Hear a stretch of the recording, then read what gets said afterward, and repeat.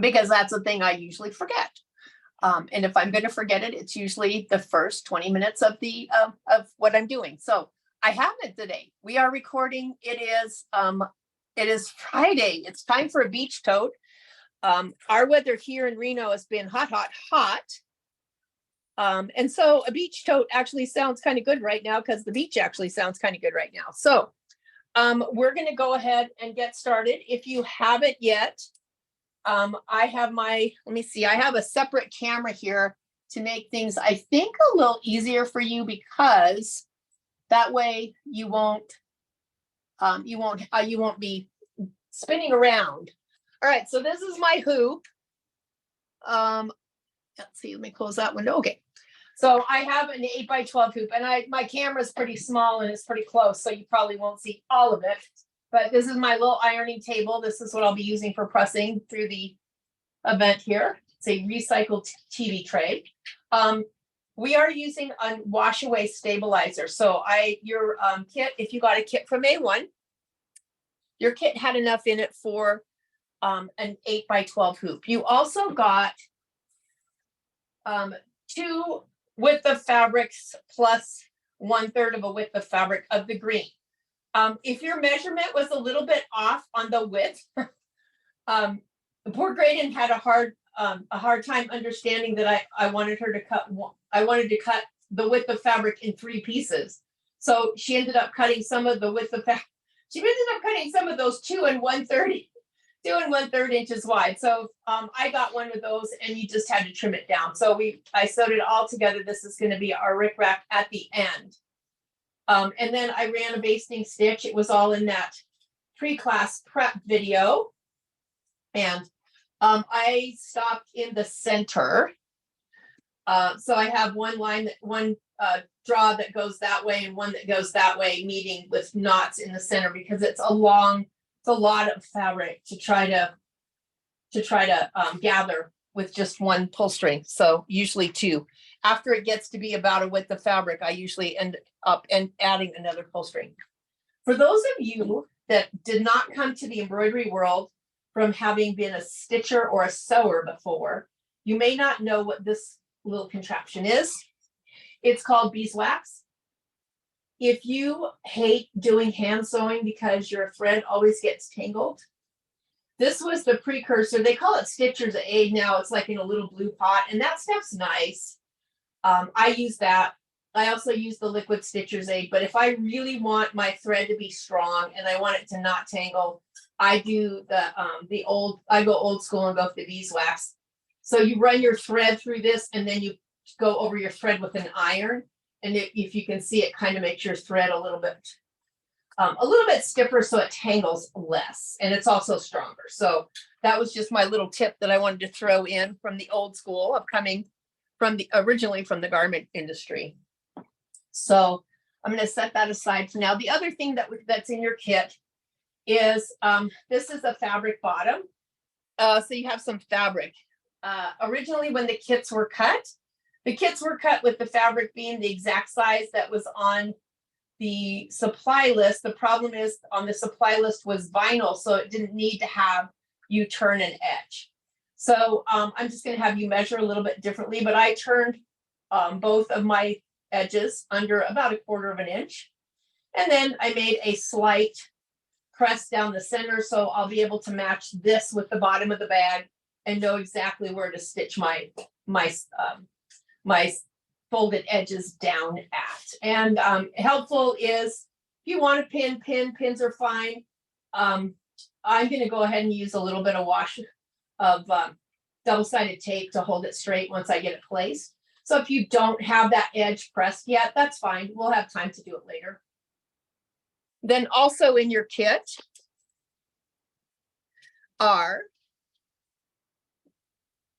you have a piece of foam. This is for our little sunshine, so it's kind of poofy. You have the coordinating sunshine fabric, which looks like this. You have a piece of mylar, which, who knew a little piece of mylar like this could make all the difference in the world in your stitching. It with a very light stitch that's going to anchor it down, it just makes it look like water with all different kinds of colors. You can see as I lift it, even on my piece of stabilizer, that it just changes colors. So that's Mylar. You'll have 2 pieces of glitter. It's actually heat transfer vinyl. It's Kimberbell's heat transfer vinyl. They're going to have you peel the protective or transfer layer. It's kind of a piece of plasticky thing. They're going to have you peel that off before you stitch it. And then for the palm tree, you have some green. This is your sand. And then you have this long piece of wash away topper. So one of the things I thought might be a struggle if you were doing a ruffle is, especially if you weren't going to use a walking foot or you just wanted to do it using a regular stitching foot, sewing foot, was that it would be hard to stitch over those folds of that rickrack without having something over the top of it. So wash away topper tended to be the best choice because you can just pull away what's left because you're just going to be sewing it down with a straight line. So that's kind of what all's in your kit. And I'm going to come over and switch to the sewing machine again really quick here now. Let me stop share as you guys were probably looking at the back of my head. Yep, sorry about that. That's when I forget to turn the camera and you get to look at the back of my head. All right, so I'm going to start by bringing up the designs. I'm working on a luminaire today. So I'm going to be using, and I'm going to be using the larger design. So I'm just going to reach for the pocket there. Our design has 2, and you'll see beach tote on mine. Yours is different.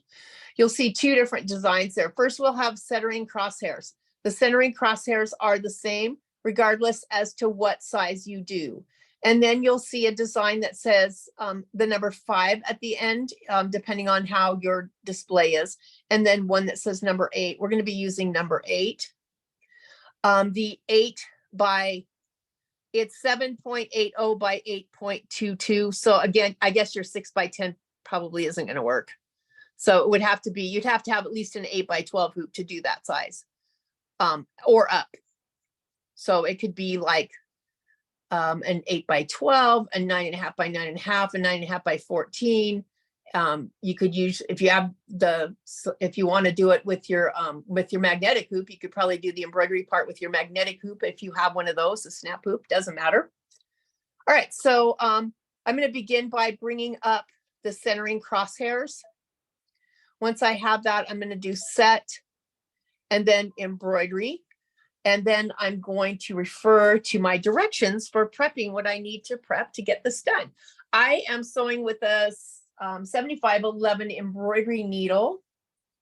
And I have about a half full thing of bobbin thread. I have an extra bobbin thread on the top of the machine there.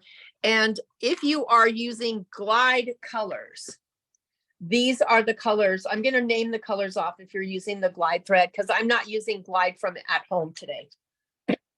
I'm using what I have in my stash. So if you're using glide, I'm going to read these off to you. And these are in the order that they are called for here. So I'm going down the line this way and then this way and then this way. So these are the order. So it's linen, caramel, azalea, medium brown, cornflower, aloe, pistachio, azure, tidewater, and marlin. Those are the colors. Or in my world, it's cream, taupe, hot pink, copper, yellow, green, mint, light blue, teal, and dark blue, and to the best of my matching ability from my stash. All right. So I'm just going to open up to the first page here. I write all kinds of crazy notes on my my directions. So, and then you'll also need to grab your tote bag. What did I do with that tote bag? It was here this morning. Oh, is it there? Yes, here we go. All right, you'll also need to grab your tote bag. It says to wash and dry the tote. I don't do that. I never do that. I've never done it. Because if I wash this tote bag, I likely won't throw it in the dryer because of the embroidery anyway. Embroideries and clothes dryers tend to end up with, especially detailed designs, tend to end up a little bit on the wrinkled side. So on clothing, that's something else. I probably would use a different stabilizer because that does have to go in the wash. All right, but I am going to give this a press. So I'm going to open it up and I'm going to give it a little bit of a press. I'm going to set this here. And what I am going to do is I'm going to press the center mark at the bottom. I'm not pressing for my crosshairs at this point. I just want to mark the center at the bottom so that I know that dividing the bag in half when I go to put the bottom blue fabric on, where it goes. And I'm just going to I just want to get the big wrinkles out mainly.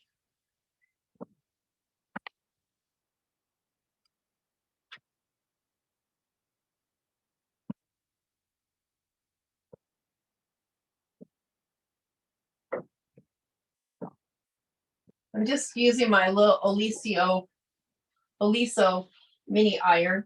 I really like mine. I think that I've heard kind of let some people had trouble with them maybe making steam.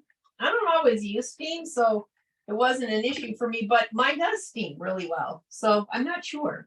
And I love the size because it's great if you have to press in the hoop. All right, just kind of making a little mark here that I can see that my bag is folded in half. And then I have some Wonder clips alongside me here so that when I do start stitching, I can get that big part of the bag that's not going to be in the stitching field. I can kind of roll that up and get it out of my way. All right.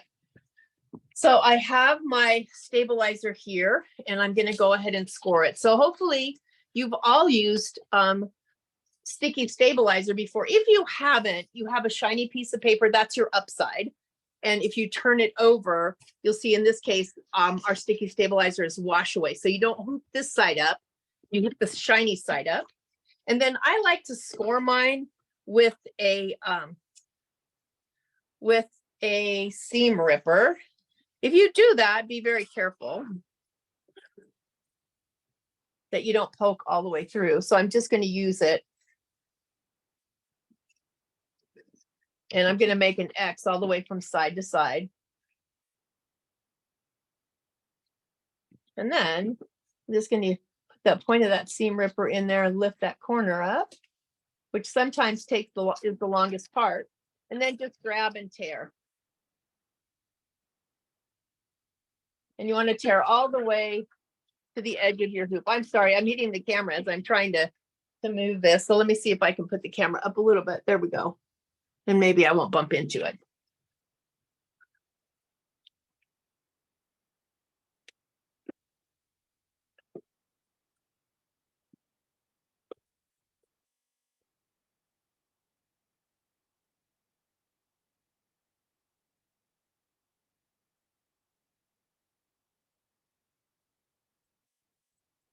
All right. And then, so I am looking at page 5, which is where these directions start. I guess a lot of it was prepped before that. Yeah, 4 is just this page. I only see the direction part, so I don't know what you guys see. So we didn't wash and dry the tote. I did hoop my wash away stabilizer. I did score my paper and I did load my crosshairs on the embroidery machine. So please use a color of thread that you can see, because this is how you're going to see to place your tote in the correct position. So I'm going to go ahead and use the darkest color I have, which is the dark blue, so that you will see it on camera. You won't see this when you're finished, so it really doesn't matter what color you use. What isn't stitched into your design is essentially when you wash your stabilizer away, assuming you do wash your stabilizer away, you'll be able to trim it. All right, so I'm just going to run that centering crosshair.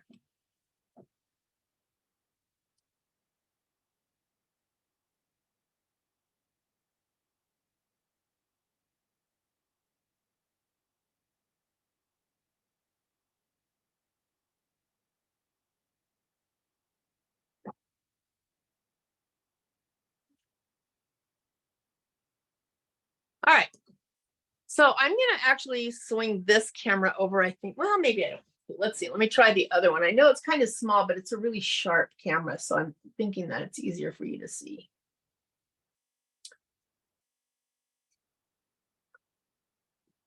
All right, so here's my tote. Can you all see that okay? Is that good enough? Or do you want me to go back? Okay, thank you. I want to fold the tote blank in half lengthwise with the right sides together. So pick one side, doesn't matter which side, they're both the same. And you're going to bring it in with the right sides together. So that means what you should be looking at is these folds right here. Those are the inside. So if you've done it correctly and you folded the right sides together, you're going to be looking at those handles where they secured them. And then smooth it out. All right, so we've done that. And now what we're going to do, it says measure. So for the 8x12 design, it says measure down 6.5 inches. When we got done with our tote at the store, we felt like the design was too close to the top and there was too much space at the bottom.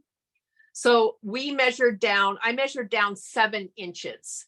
So up to you. If you're not going to do the ruffle and you're opting to do the trim as is in the picture, then if you're using the 8.5 inch design, go ahead and measure down 6.5 inches. I'm going to measure down 7 inches. So I'm going to get this here. Let me put this so that you can see the fold. There we go. So I am going to take my ruler and I am going to measure down 7 inches. And then I am going to mark with a straight pin 7 inches down from the top. So let me grab a little pin.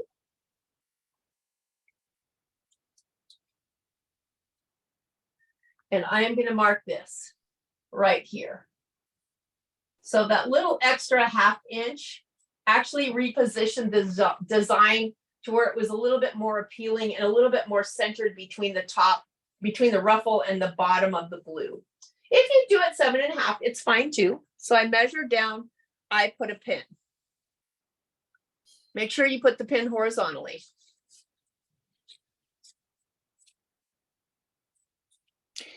All right. Michelle, I have a question. Yes. If we got the kit from A1, the pieces are large enough to do the larger design? Yes, ma'am. Okay, thank you. Didn't want to mess up. No, they are in fact.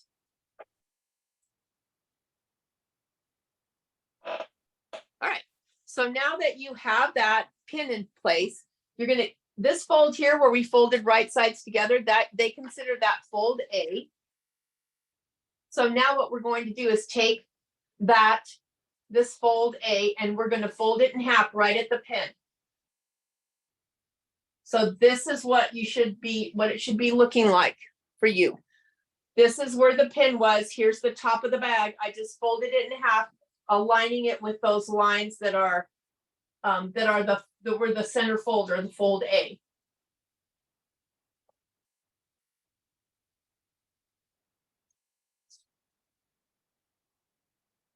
So now we can remove the pin. I'm going to just leave it in there until I get my hoop over here, just in case something slides around. All right. So now I have my hoop over here. Here's my crosshairs. See where my pin is? I'm going to take that one and I'm going to put that point right in the corner. All right, so I still have my fold. Here's my pin for visual aid. And then I'm gonna unfold this up. All right, so now there's my first fold, my fold A. My pin is marking the 7 inches for me. So now I can take the pin out and just open up the bag and lay it across my hoop.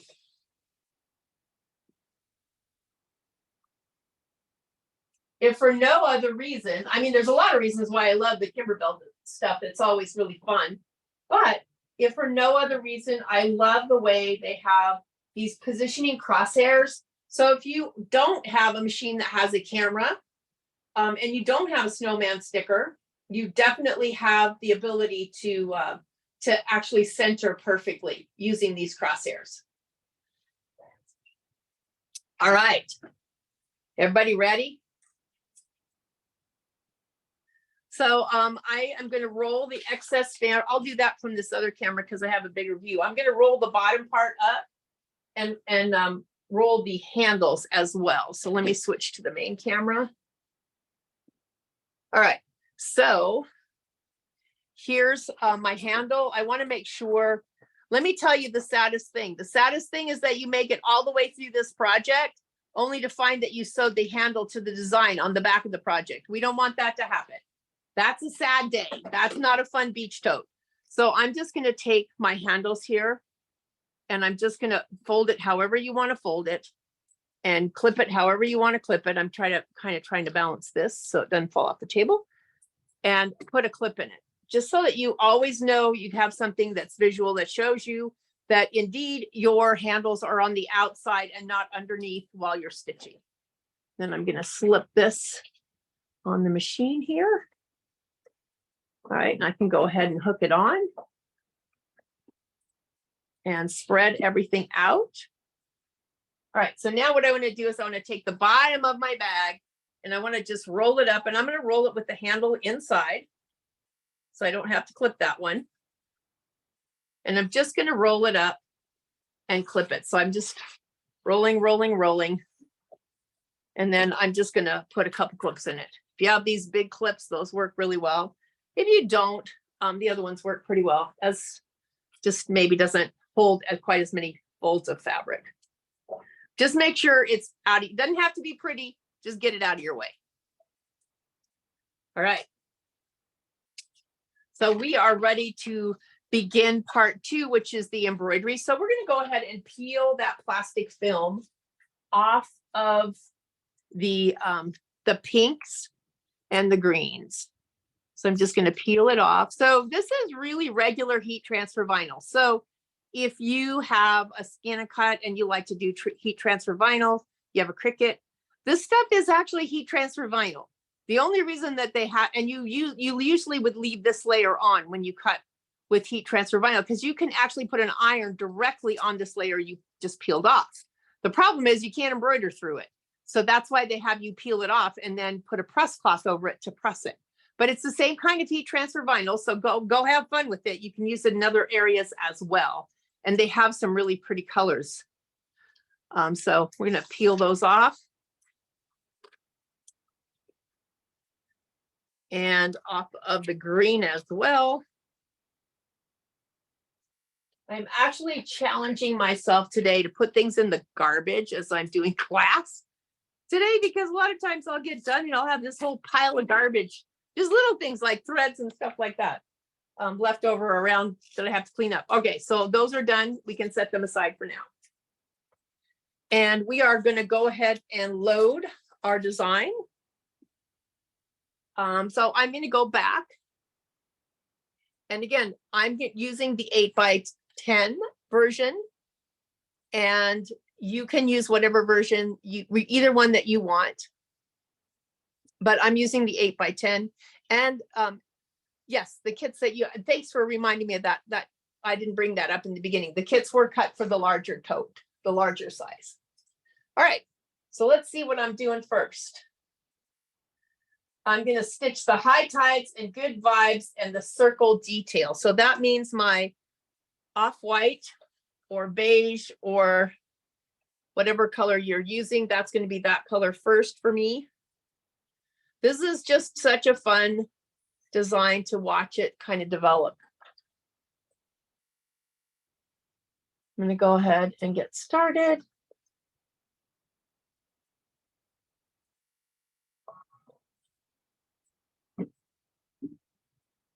So I'm just going to direct that down so you can kind of see what's going on down there. And we are embroidering.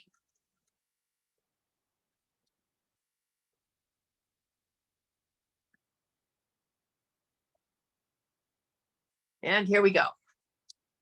Anticipated, and so I think that's Michelle, I missed something. Aren't you turning the design to the left, one corner?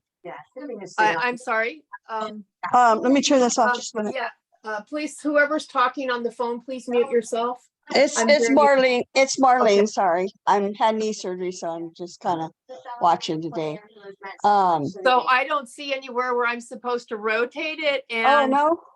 no, and I didn't on the other one, but I'm not seeing any rotation in there at all. Oh, okay. I was It's just thinking centered. that went the other Yeah. way. Okay. No, you want it centered.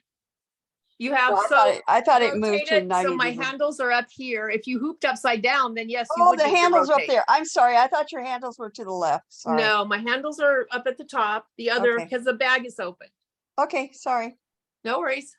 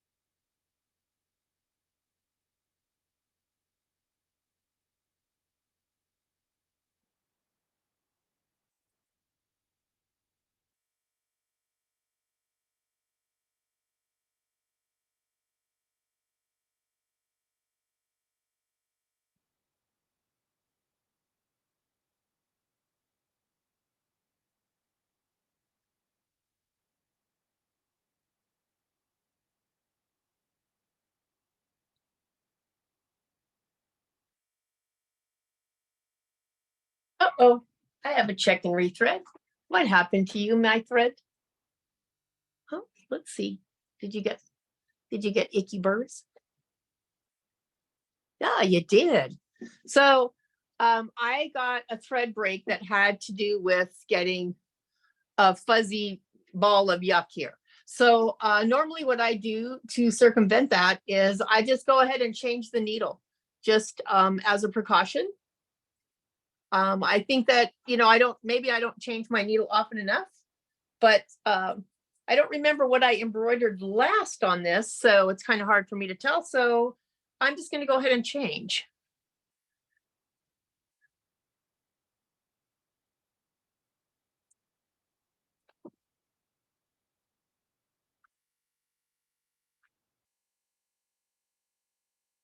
And this one will go in the trash. It's so hard to see the little microscopic changes in needles as you sew. If you had a magnifying glass, a really high powered one, you might be amazed at what happens to a needle as it gets dull. It really is pretty phenomenal. So we don't really get to see that. But if you ever hear a needle that's like it's popping a little bit as it stitches. That is a dull needle. You don't have to wait for it to break to change the needle. Just change it. The needle is like the least expensive part of your entire project. All right, so I'm going to go ahead and back up a little bit because looks like it didn't let me know for a bit here.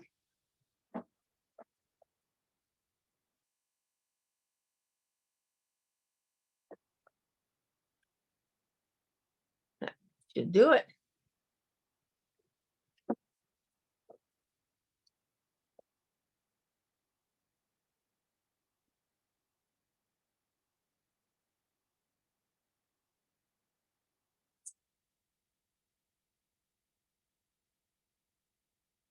Also, sometimes a good indicator that you might have a needle that's just, it's not completely gone yet, but it's starting to go, is if all of a sudden the quality of your stitching starts to look a little bit off and you know you've done everything like you normally would do and you're like, well, wait a minute, this thread was working fine before, what's going on with it now? It may not be the thread, it may be your needle. So I always tell people, you know what, just change to a new needle and try it again. If it fixes the problem, then you know that the needle was just like, was dull.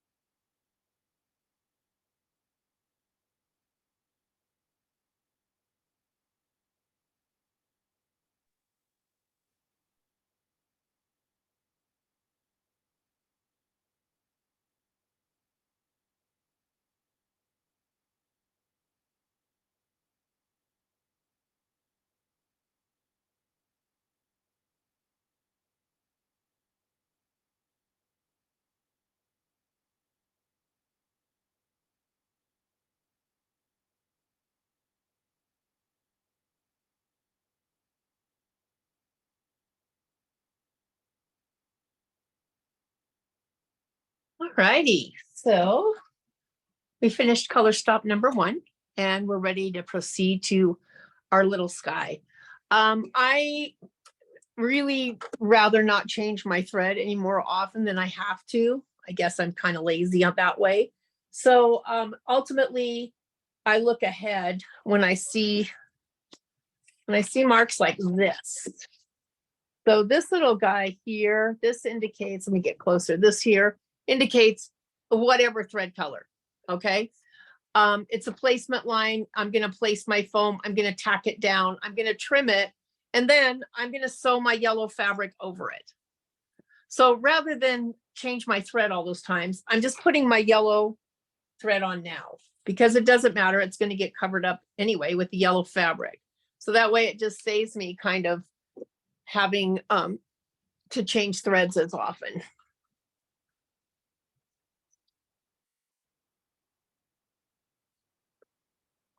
I think it comes from being used to using a multi-needle machine. I'm like, what? I have to change thread again? So I just like, okay, well, if I can not change thread 3 times for this next procedure, that would be nice. So, all right, so I'm going to go ahead and do my placement line. This is for my sun.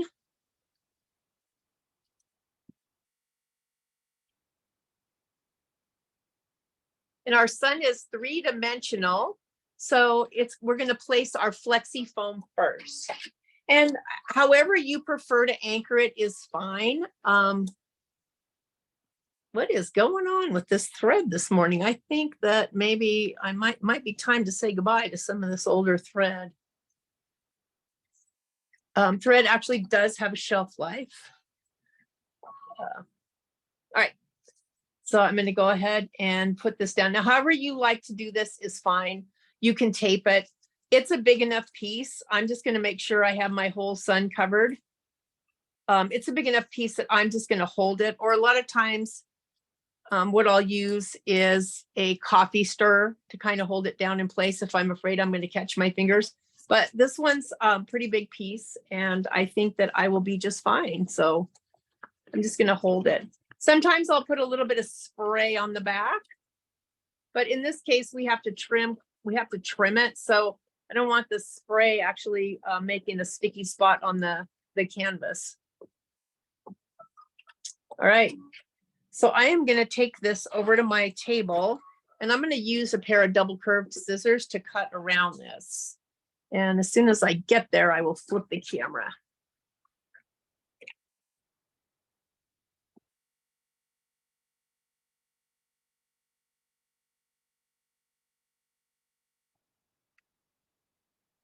All right. So I'm just going to cut as close to, but not through those stitching lines. And what I say for this kind of work is I say just get the scissors that have the sharpest point that you have. Because mainly to get really close, but not through the stitching line, you're going to be just taking little bites. You're not going to be just like, you're going to be actually taking little bites as you go around. So having it be sharp at the point is what's actually going to make life easy for you. So with these little guys, I don't really care if they cut in here at all because I usually just use this part of it. I mean, I'm sure they do cut in there, but I don't know that I ever use that part of the scissor because this is what I use it for is work that's precise. So yeah, if you struggle to get your trims close, get a pair of scissors that are sharp at the tips. All right. So I'm ready to take this back over to my machine and place my fabric over my sun. Have a little 3D sunshine going here. So vitamin D and 3D.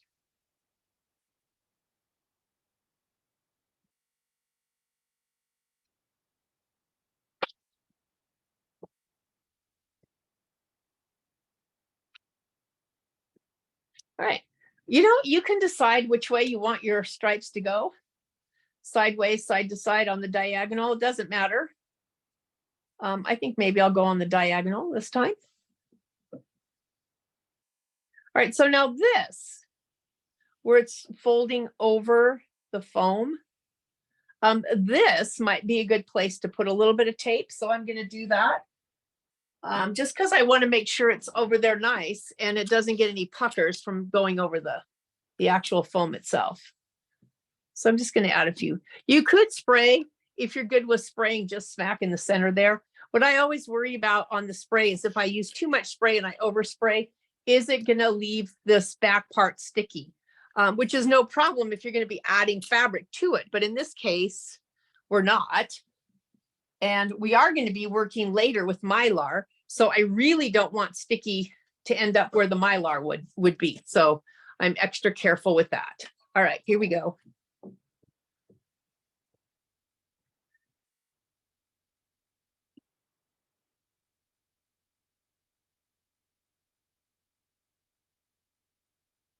There we go, no puckers. That's what we wanted, is to tack it down, have this be nice and fluffy and not have any puckers in it. So we did it. All right, I'm gonna go do the same thing over to the table and trim.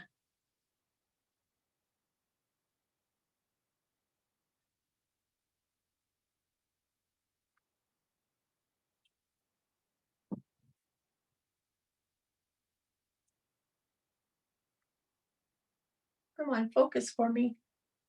There we go. Let's make that not so bright.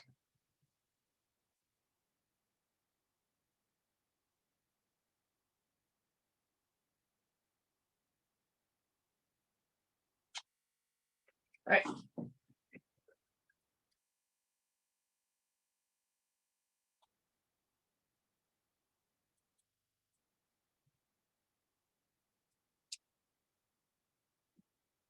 All right, same thing here. I'm going to trim as close to, but not through my stitching line. So I'm still just using the point of my scissor.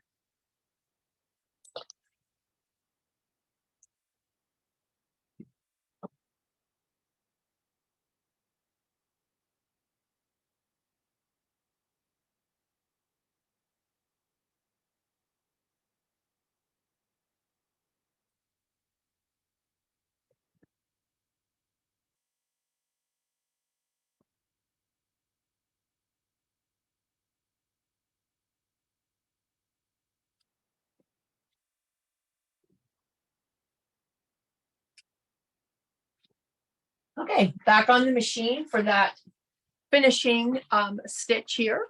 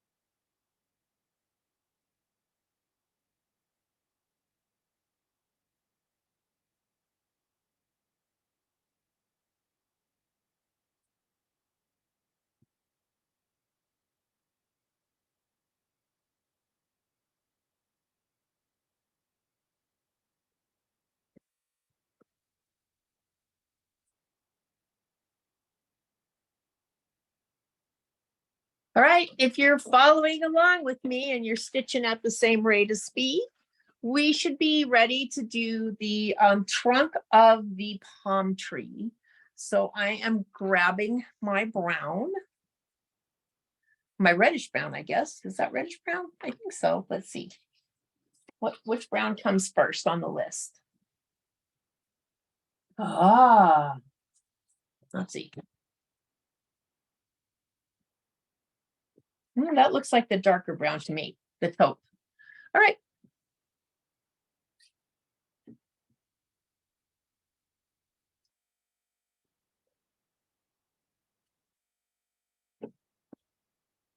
All right, so for those of you that are not using anti-glue needles, I don't have anti-glue needles at home.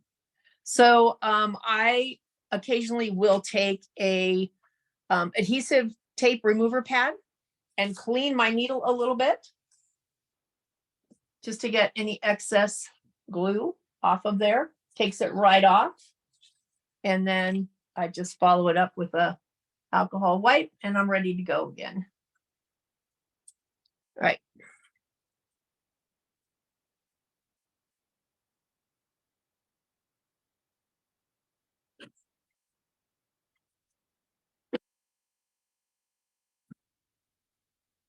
So I do love the anti-glue needles and I really should remember to bring some home. The thing is my multi-needle doesn't seem to love them as much as my Luminaire does.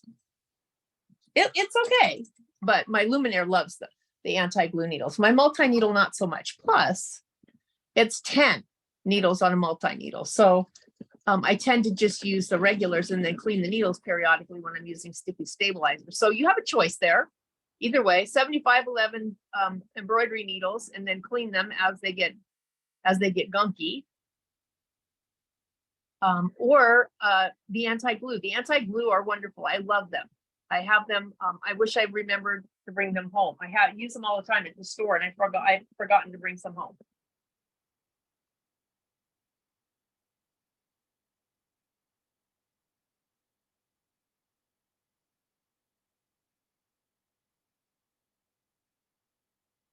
For my multi-needle, I buy them by the boxes of 100.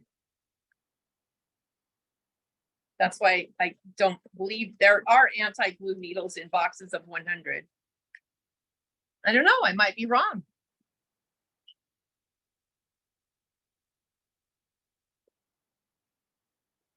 All right, if you're following along with us, we are now on page 7.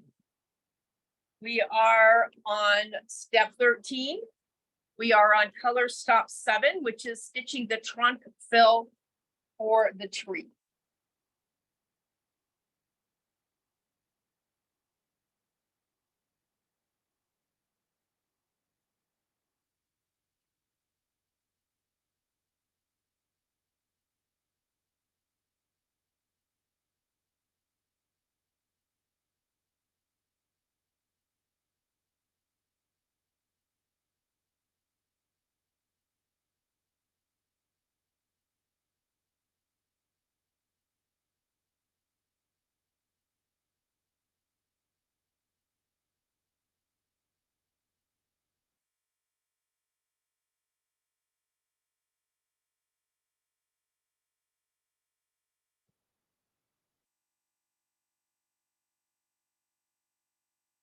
All right. Okay, so I'm going to be following that up with the green for the palm tree top and the palm tree decorative stitch. So I've got this. I'm going to kind of look at the green that I had and I like that. Okay, what about this one? I like this one, not as good. And what about this one? A little lime green for the palm tree. So I'm going to be going with just green. I do want my decorative stitching to show. So sometimes that's how I make my choice of what color I'm going to use. I mean, honestly, I think anybody that's been doing embroidery for more than a few years probably has a little bit of this and a little bit of that from several different companies and brands of thread. And so sometimes it's, and of course, if you have bought the Kimberbell kits in the past, then you have a collection of glide, because that's the thread kits for Kimberbell have the glide thread in them. So that's nice. And then if you do the OASD tile scenes, you have the OASD thread as well. So it's usually going to give you a variety of what you need to pick from. So this is my placement line for the top of my palm tree.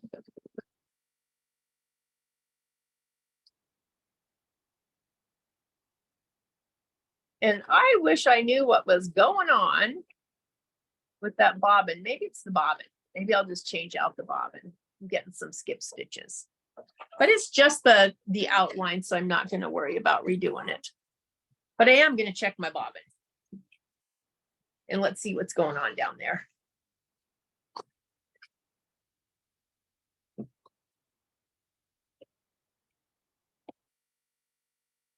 So I'm just going to go ahead and change out now. Just in case. So no bad vibes, right? I want good vibes.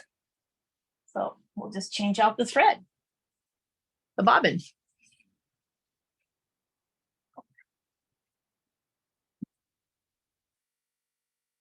All right, so now I've got the green that needs to cover everything, but I think I can hold this just fine.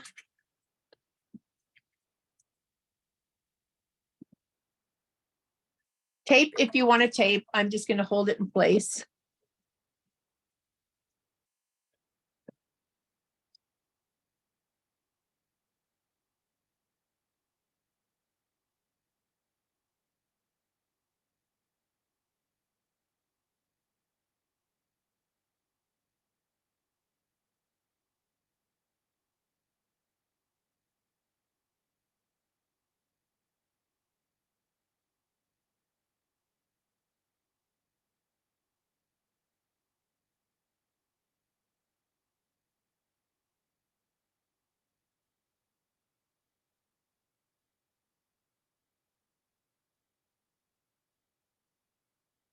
All right, so I'm going to trim, and then along with trimming, I'm going to use a press cloth to cover the area that I trim at. If you saved this when you pulled it off, this can be your pressing cloth.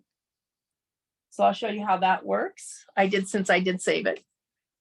All right, taking this over to trim, and I'm turning on my iron.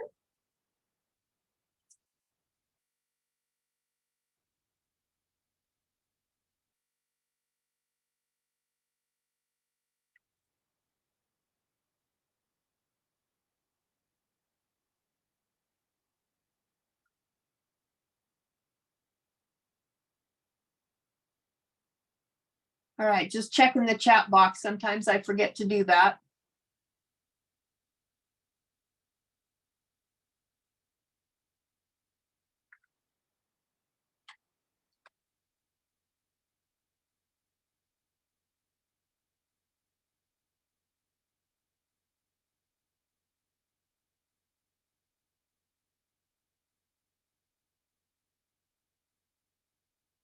Okay, that's better.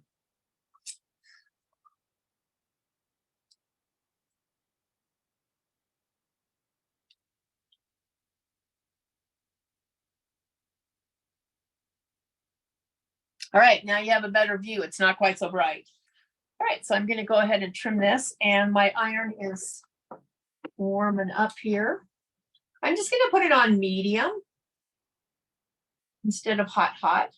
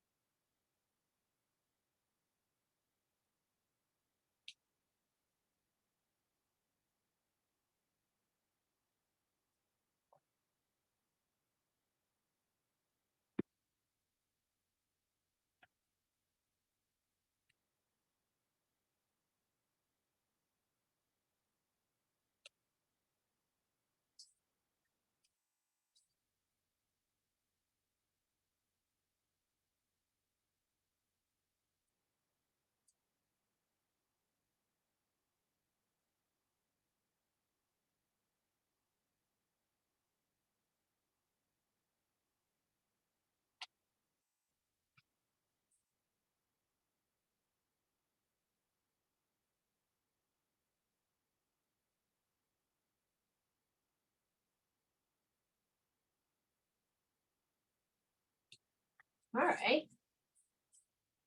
All right. So first of all, this is the only piece of heat transfer vinyl that I'm using on this project right now. Okay, there's nothing else that I'm gonna melt, or there's no vinyl, there's no leather, there's nothing else I'm gonna melt. If there were, I would cover the whole thing. But the only thing I have to press right here is my palm tree. So I'm taking the same protective thing that was over the top of it, and that's how I'm gonna press it. All right, I have nothing else under there that's gonna get hurt by getting pressed. And then just remove it, and now I can throw it away, and I'm completely pressed. So if your heat transfer vinyl is not in contact with anything else in this area that could melt by having an iron on it, there's no vinyl, there's no other heat transfer vinyl, that there's no faux leather, there's no anything that could be melted by having the heat directly applied. The only thing in the area here is stitching, fabric, stitching, stitching. Then I can go ahead and just use the piece that I pulled off and use that to press with. What if I had my waves in here? I absolutely would not do that. I would not do that anywhere near the Mylar. So I would go ahead and use a regular press cloth. In this case, I could just use what came on top of the vinyl. All right, I'm gonna get that back on the machine here.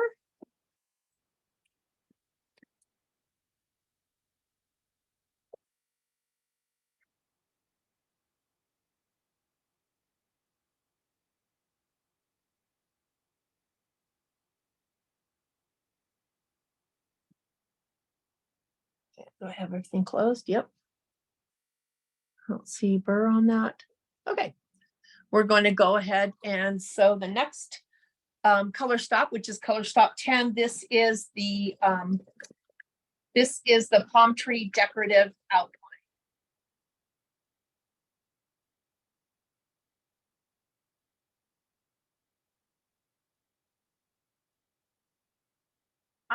What is going on here? You know what?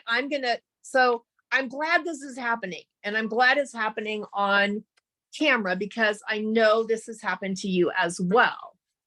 And that is, my machine is just acting stubbornly. And you might think it's the machine. It's not. It's a combination of what's on the machine. So I've changed needles. I've changed out bobbin thread. My needle's not sticky. I'm changing to another spool of thread. And you'll say, oh, but what about I'm in the middle of a design? It's fine because I have another spool of this color. Because I've changed everything. I can try changing the needle again. But what I want to do is stop what's going on. And it's not the machine. There's nothing wrong with the machine. The machine's fine because it was working fine day before yesterday, even though I don't remember what I did on it. But all I can do is change the combination of what's going on to see if it solves the issue. So I'm going to just take a bold approach and change. I've already changed the bobbin to a brand new bobbin, and it's a brand new pre-wound. So it's likely not going to be that.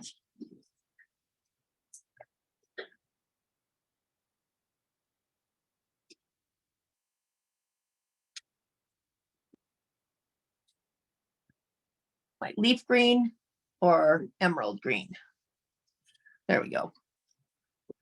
So that's the right color.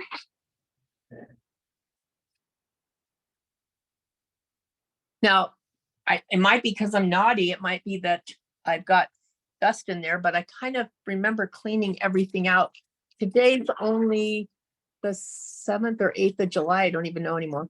But on the 1st of the month, all my machines get a spa day. So I think Jeannie's mentioned that before in the live feed, that every machine in my arsenal gets a spa day on the 1st of the month, which means they get cleaned, they get dusted. If required, like my multi-needle and my PQ 1500, they get oiled, they all get new needles, and the bobbin case area on all of them gets cleaned out. So I know this can't be dirty in there because it got cleaned on the 1st. All right, wish me luck. And I'm just going to back up a little bit.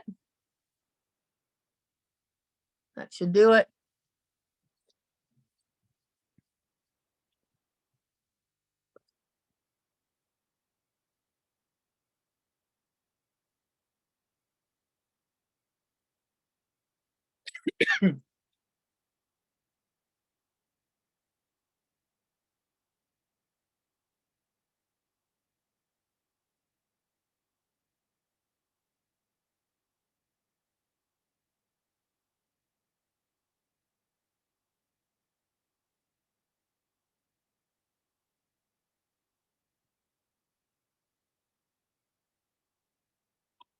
Yeah, it's still not sounding good down there.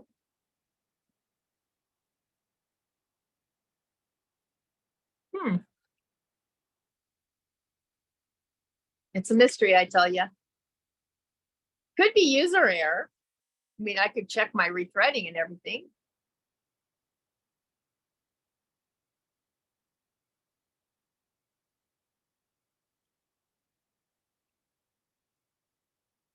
I'm going to check one more thing in my settings, and I'm going to make sure that I haven't changed the height of my embroidery foot for any reason, because that can also contribute if you adjust the height of your embroidery presser foot. Your regular sewing presser foot and your embroidery presser foot setting are different. But if you've changed the embroidery presser foot setting for any reason, it can contribute to problems like this. Seems to be in the right position, but the right height, but I'm going to just double check when it finishes stitching here.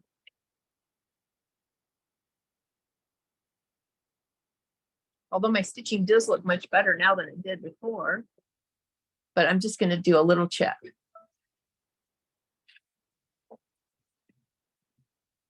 Yep, still sticking in there. All right, let me just check my settings. Embroidery foot height is at the default. I'm going to slow my speed down a little bit. We'll try that. All right.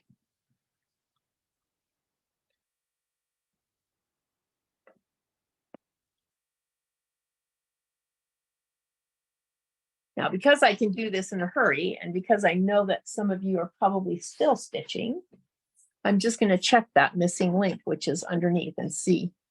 Yeah, I'm not seeing any dust in there. Look at how clean that is. There's not even a speck of dust in there.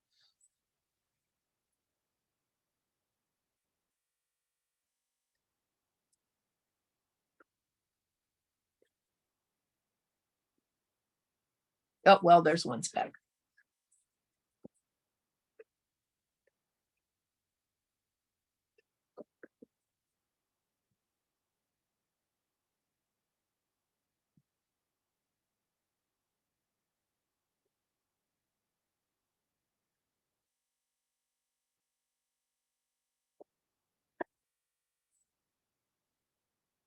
So probably the single best improvement they made on the Luminaire when they launched the Luminaire and the Solaris over the Destiny and the Dream Machine was this little guy here, where you could make, which made it very, very easy for us as consumers to clean that area. We didn't have to finagle with those little teeny tiny screws and trying to get everything back aligned to get those little screws back in place afterwards. So yay to them for that.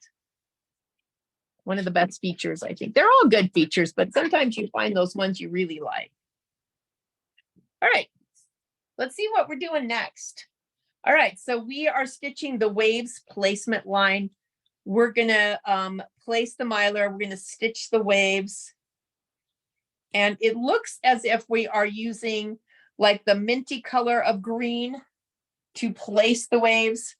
I'm gonna go with a bluish color. And then I have my teal, my light blue, and my dark blue. So these are the colors that I'm going to be using. Here's my teal. Here's my dark blue. Here's my light blue. And instead of using mint to tack it down with, I have kind of a topaz-y, turquoisey color. That's what I'm going to use to tack mine down. All right. So I'm going to put this on for the tack down.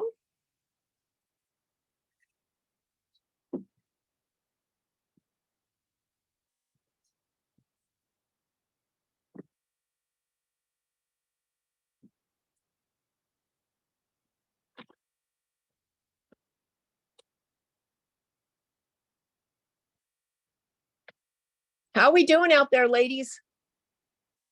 Everybody doing okay? Cool. Don't forget, stop and ask a question. If you have a question, type in the chat box. Thanks, Irene. All right, so this is going to be, we are on step 11, and it's, well, actually step 20, color stop 11, which is the placement line for the mylar. So I'm going to go ahead and stitch that.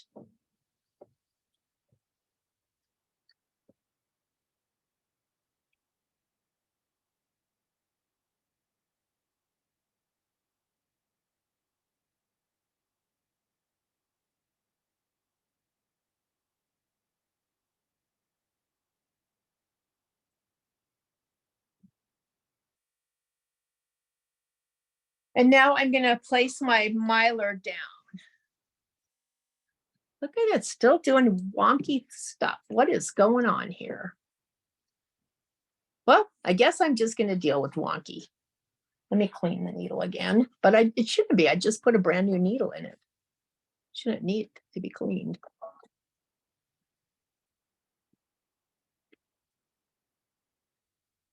So all my thread I'm using today is out of my brother's stash. So a lot of this thread is probably 10 plus or 12 plus years old. And in Nevada, the climate is not pretty to thread. Sometimes it just kind of dries it out. All right, so I am gonna use just a little tiny bit of tape with this because it's kind of crackly. And we're not going to trim after we do this tack down stitch. We're not going to trim this until a little further on in the process.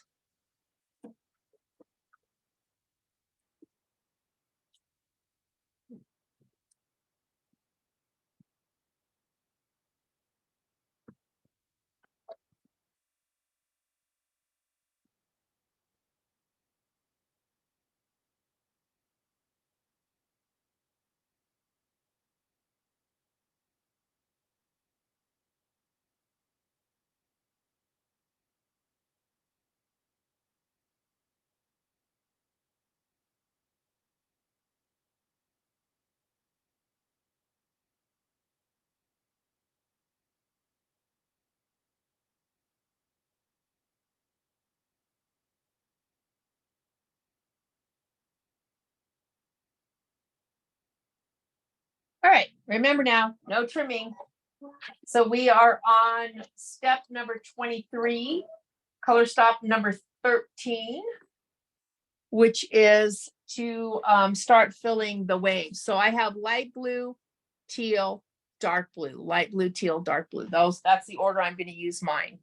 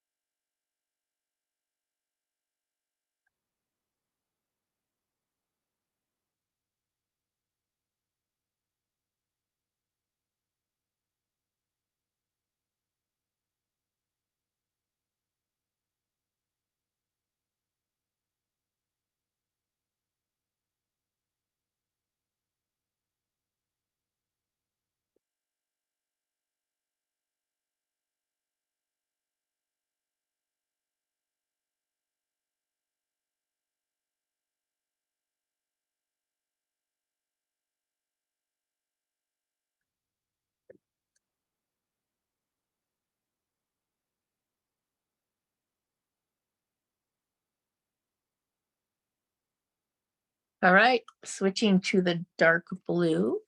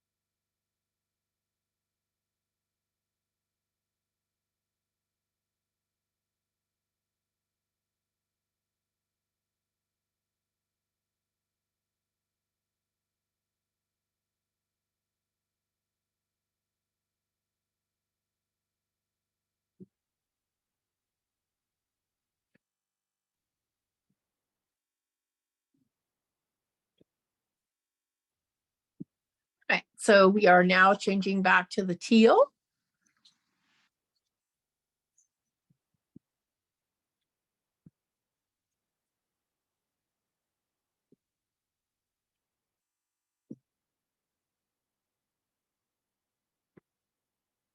Or actually not the teal, the mint, I'm sorry.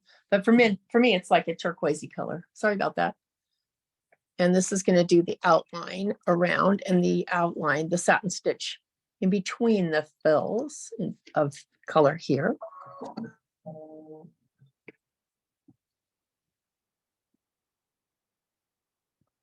And then we're gonna take the excess mylar off.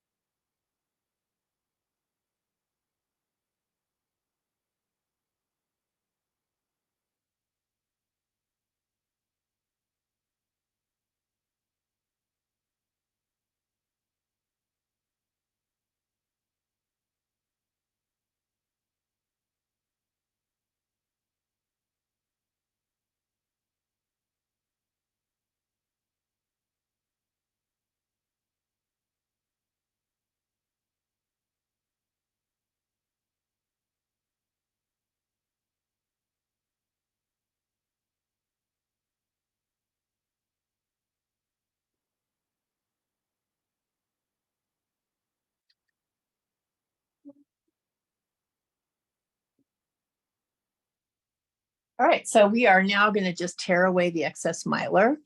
And that's actually a pretty easy task as the satin stitching perforated it. So it just kind of lifts off. Yep, there.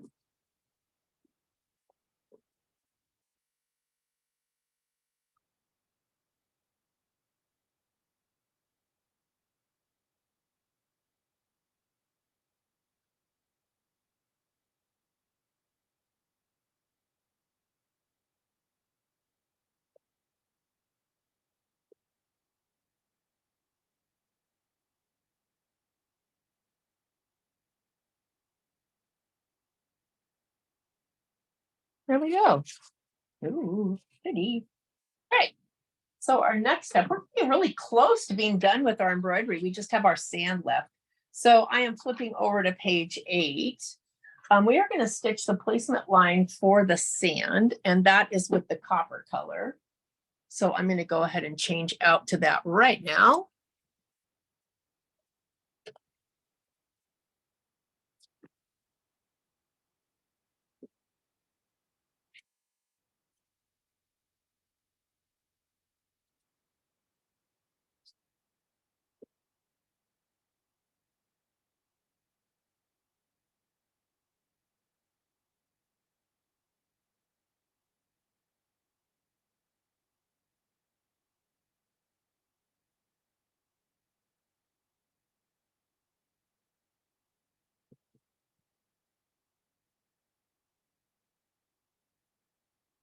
So placement for the sand.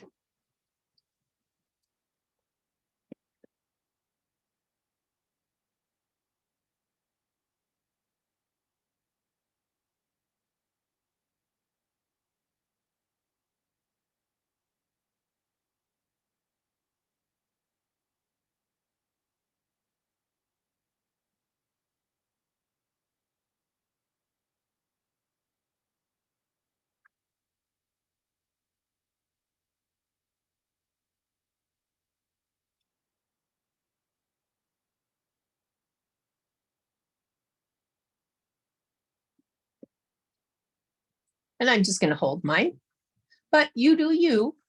If you're not comfortable with that, by all means, tape it or spray it.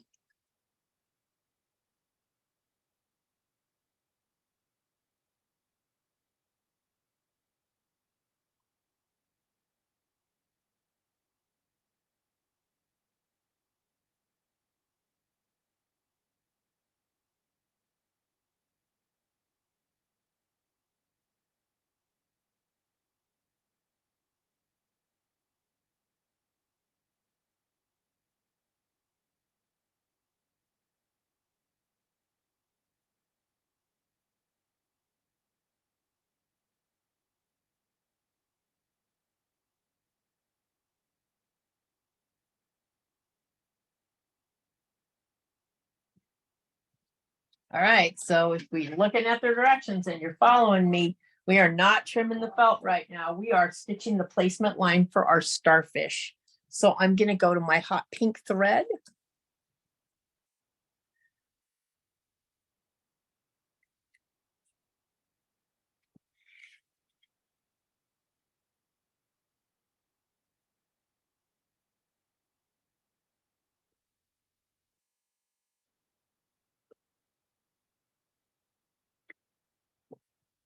And I'm reading ahead.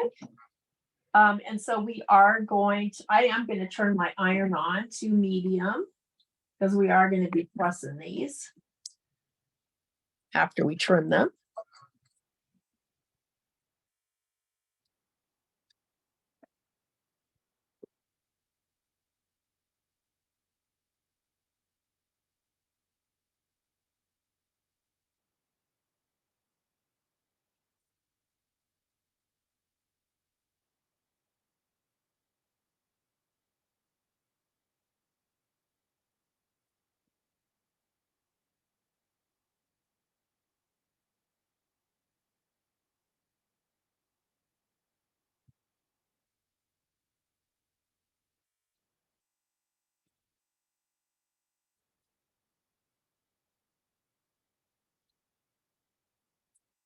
Okay, there's a 50-50 chance it's going to start with this one.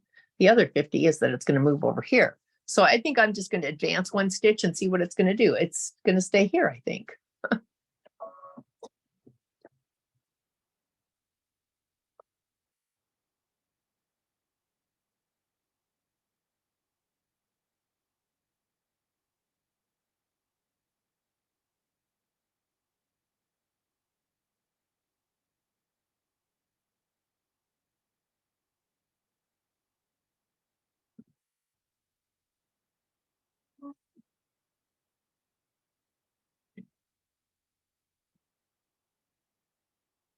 I think I have lint under my cutter, and I think that's what's been causing me grief.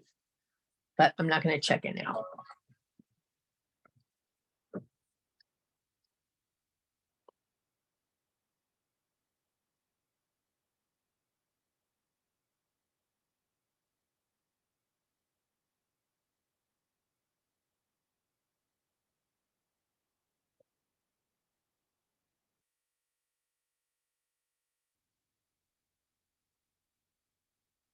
Kind of hard to imagine that that's what it is because I cleaned them, but you never know. Maybe I didn't do a good job.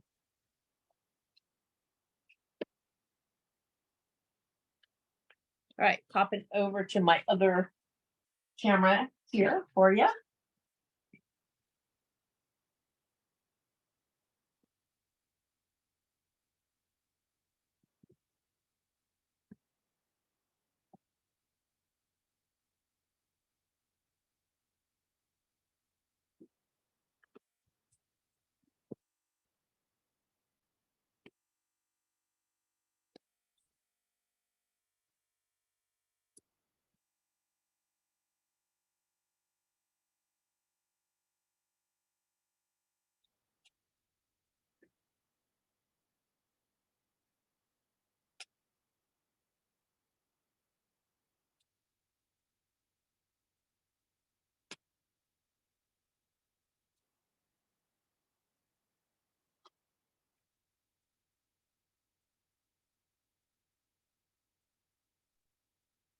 Michelle, this is Irene. Hi, Irene. Hey, how do you check the cutter? I don't even know where that's at on my machine. Yeah, well, let me trim this, and then when I get back over there, I'll show you. You're not going to take anything apart. I'm not saying that, but I'm showing you. I'm going to show you where you can look to see if there's thread caught, because sometimes it's the knife that pops out and grabs that thread and cuts it off. And sometimes there's some lint that gets stuck underneath there. Again, nothing that you can't get out with just brushing it. You're not going any further into your machine. Okay, I appreciate it. Yeah, I don't Thank you. use anything that requires that I take anything apart because I always end up with spare parts, which is never good, right? So let me finish Thank this. you. My pleasure. I think it's all part of machine maintenance, you know? So I have no problem saying, uh-oh, user error, because sometimes even that if I've done it 100 times, I forget it and do it wrong. So I have no problem, even after having worked for the company for 17 years, I have no problem saying, oh, user error. But in this case, I don't know that it is, but I'm sure happy to admit that if that's what's going on. But I'm thinking that it's shredding thread as it cuts. So maybe I have something stuck there. Okay, so we have to press these. Felt can certainly take heat. So I'm just using the same piece of the heat transfer from the other. And I'm staying away from the mylar.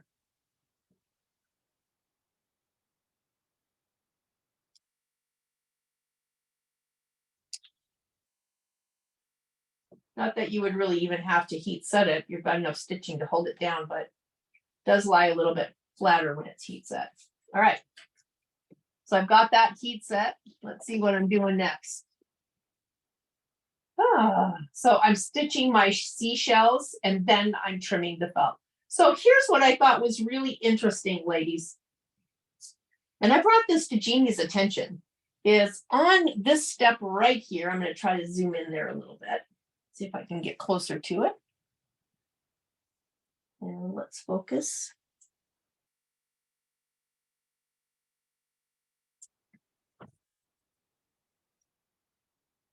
On this step right here, that's coming up shortly. Where did I set my scissors now? So we've done this, we've trimmed, and we've pressed. And we're gonna stitch our seashells. So here's just that original line that we sewed. That's the tack down. When you're over here, does it not look to you like there's two lines of stitching and it continues here? There is not. It's not in the stitch file. So I'm not sure what it was with that. Because once we stitch the seashells, if you look, we're done. So don't expect that there's going to be that second row. So the only thing that Jeannie and I could think of is that was an indication that you weren't going to trim the felt as close, because it does say it says trim the felt as desired. So if you want to leave a little bit extra felt on the other side, that's fine, outside of the stitching line. I just trimmed mine like I trimmed everything else. So I'm gonna leave that up to you, but note that there will not be another stitching line. Our seashells are the last. And let's see, I think our seashells are just pink. Yep, same pink, seashells, last thing to stitch.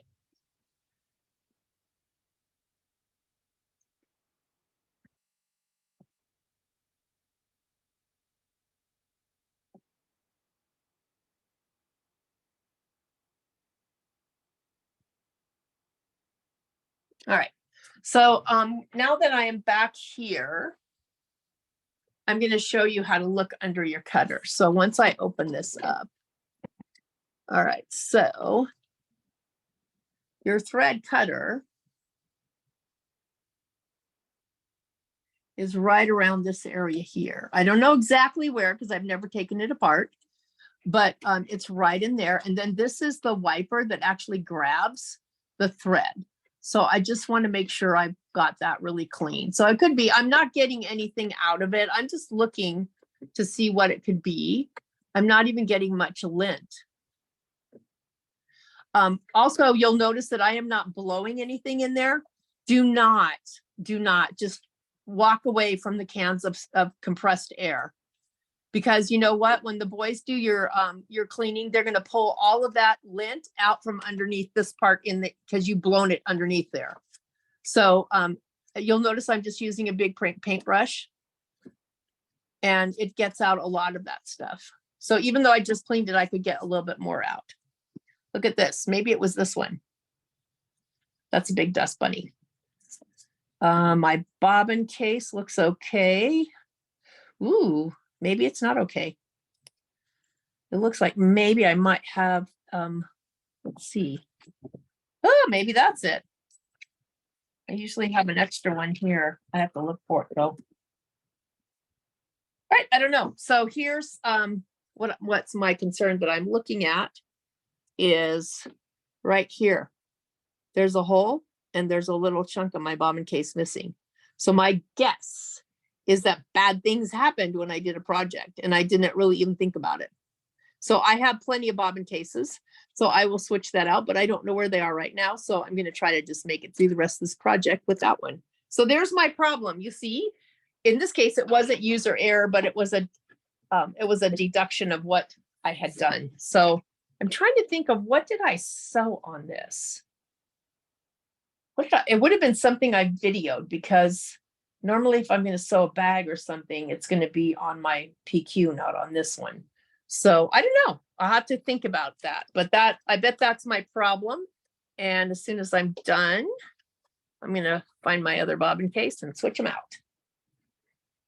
All right. So I'm going to finish this off now. It's going to sew my seashells, and then I'm going to trim my felt.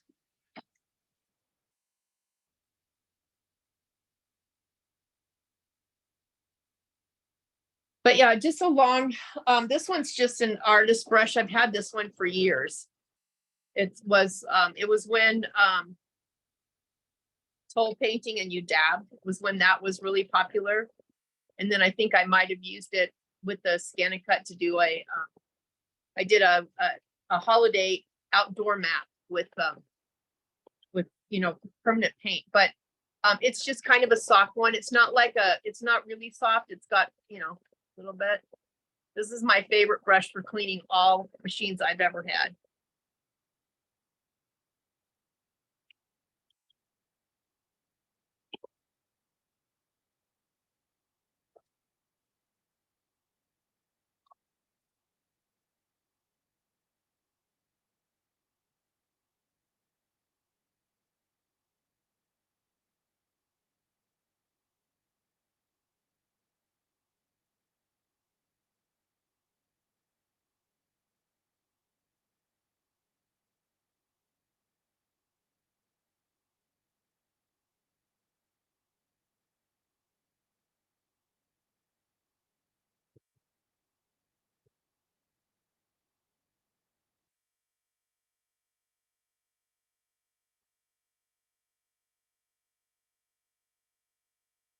All right, so we are done with the embroidery.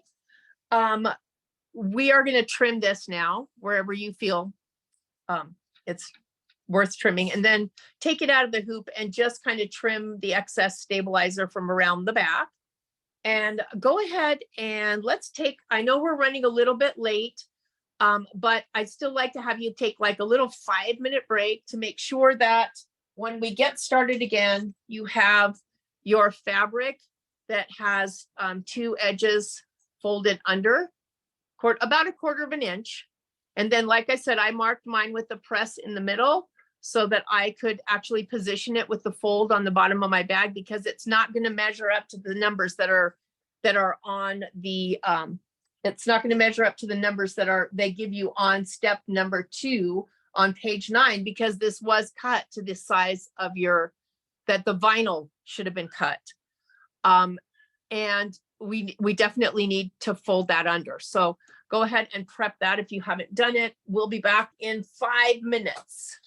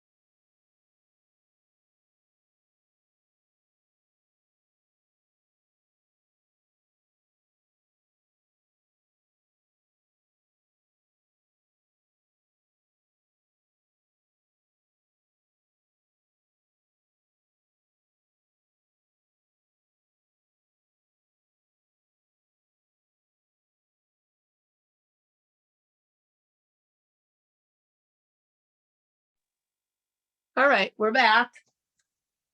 And you should be looking at my my table right now. So this is the center bottom of the bag. So this is the front and the back matched up together at the top.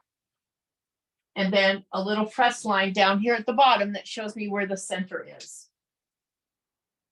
All right, so what I did with my blue piece of fabric was I did the same thing. I made a little fold line that I could on the opposite side. So I'm going to open it up this way. So it's not folded there, it's opposite. And that way I can just line that up with actually the fold line of the bag. Now, you can do this two ways. If you want to spray base this on, by all means, do that. If you want to just open it up and put some pins in it, you can do that. And if you want to use double-sided tape, you can do that as well. So I'm just laying it out. I'm going to put a few pins in it. Be mindful of the direction that you're going to be sewing. If you're putting pins in it, that you don't put the pins going the wrong direction. So you have to start. I'm always notorious for that one. So I'm just going to take a couple pins and pin that down. And then I'm going to show you a trick. I know we're running a little bit late, but I want to show you a trick that I think you'll use in other things. So one of the things about having top stitching is having top stitching that looks really pretty. And to do that, you usually have to do a straight line. But the other thing is it never really looks like store-bought top stitching because your thread's not as thick. So I'm going to show you a little trick on how you can run two strands of thread through the eye of one needle. I do it with embroidery thread and extend your stitch length and have something that actually looks like top stitching. If you don't do that, if you don't want to, you can just use regular thread to sew it down with.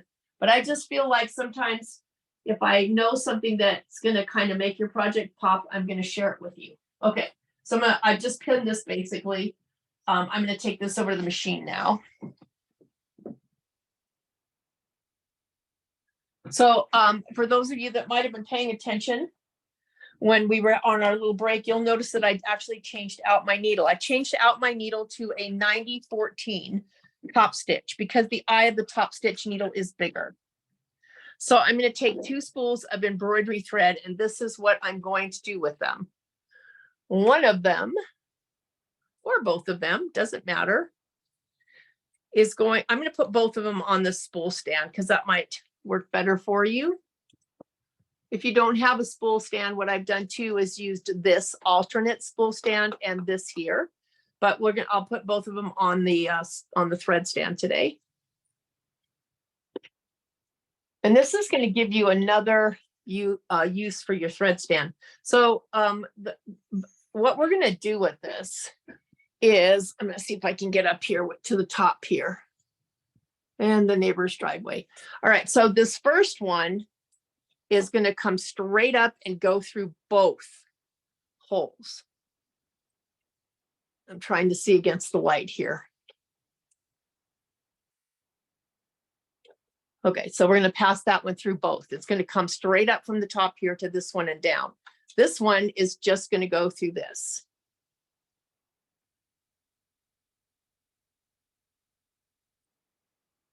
In the same direction as the other one. All right. Then they are both going to come down and they're going to follow the threading path together, both of them. You cannot use your automatic needle threader for this. Please do not try. You will bend it. All right, so I have both of them. I'm still hanging on to both of them. I'm coming all the way down, just threading as normal. I'm just coming straight through. All right. So if you want to put one thread through with the needle threader, you can. I'm just going to do them both together. manual threading. So I'm just going to pass that through the eye of my needle. And the 9014 has a bigger hole. Here we go. All right. So one needle, 2 threads in 1 needle. Same thread path. The only thing that's different is this guy, when it comes up, goes through that hole and that hole. And then this one just comes straight up and goes through the 1 hole. All right. Then the really important thing, I'm going to make my stitch length at least a 4. You could even go a 4.5. Do not leave it at 2.5 because that is a stitching length. It is not a top stitching. Top stitching is supposed to show. If you want it to show, it means that you have to use a bigger stitch length, a longer stitch length. And then I'm going to move my needle position. You can either use the far left or far right. It doesn't matter either way. I want it to go all the way over to the right, and I want my stitch length to be 4.0. Not changing anything else. If you have one of the Brother, which I do, and I didn't think to bring it out, one of the Brother bi-level feet that I've talked about in the past for bag making, you can get a perfect 1/8 of an inch seam allowance with that. I don't have it handy and I don't want to stop to look for it. So, all right, so now I'm going to put my foot down. And you should be sewing on with whatever you're sewing with at this point. I just left my bobbin thread in from the embroidery, which is fine. And I am using embroidery thread. So I'm not gonna barrel through it. I've got my speed control set to a medium speed.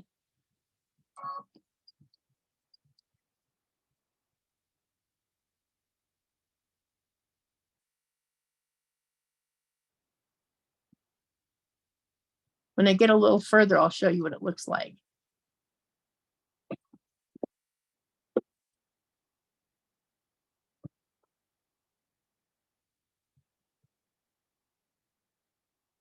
So I'm just using the edge of my foot as a guide. It's a little bit narrower than a 1/4 inch seam allowance, but a little bit more than the 1/8 that I normally would do with the other foot. But 1/8 is hard to do if you don't have that specific foot on.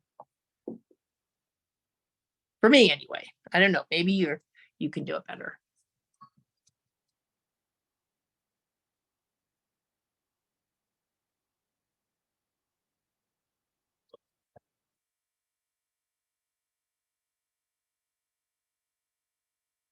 And you can still use your cutter. All right, take a look at that. That is beautiful top stitching. That's the key. The thread has to be thicker. Well, sometimes it's hard on a domestic machine if you don't have like an industrial or a semi-industrial machine. Sometimes it's hard to find a thicker thread that actually runs through the sewing machine nicely. So in this case, I just utilized my embroidery thread because I know that it's nice and soft and I know it's going to run through the machine fine, and 2 strands of it are definitely going to hold whatever I'm going to hold to tack down, and I get that really pretty top stitched look. So you have to have a needle that has a bigger eye. So that means a 90 top stitch, which has a sharper point and a bigger eye. So if you're thinking that you have a size 90, maybe Microtex Chrome or something like that, the eye of the needle isn't big enough. You're looking for a big eye of needle because both of those pieces of thread have to go through there smoothly. No hiccups, nothing. And again, it's pulling it. Look at how balanced that stitch is, even with bobbin thread. So 2 strands of embroidery thread of the same color, at least a 4.0. You could even go bigger. I mean, sometimes if you look at the top stitching on jeans and things like that, you know it's got to be at least a 4.5 or 5 millimeter stitch length. But never 2.5 millimeters. That is not a top stitching stitch length.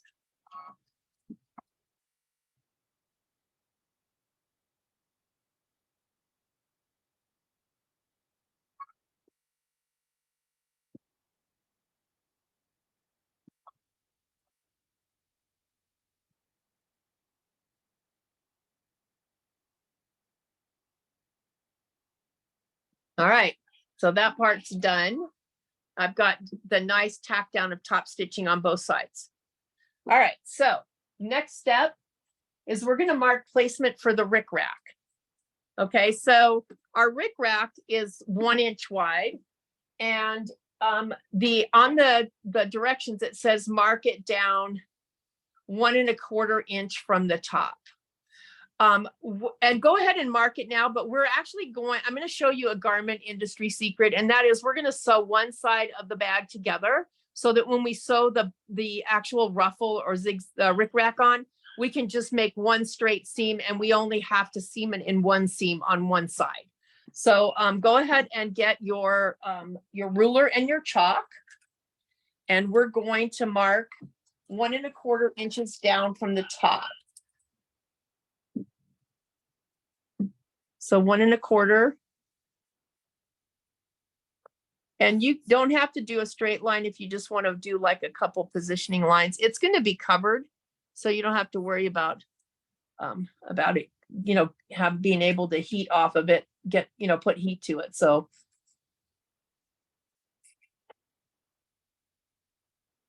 So 1 1/4 inches down from the top on both sides.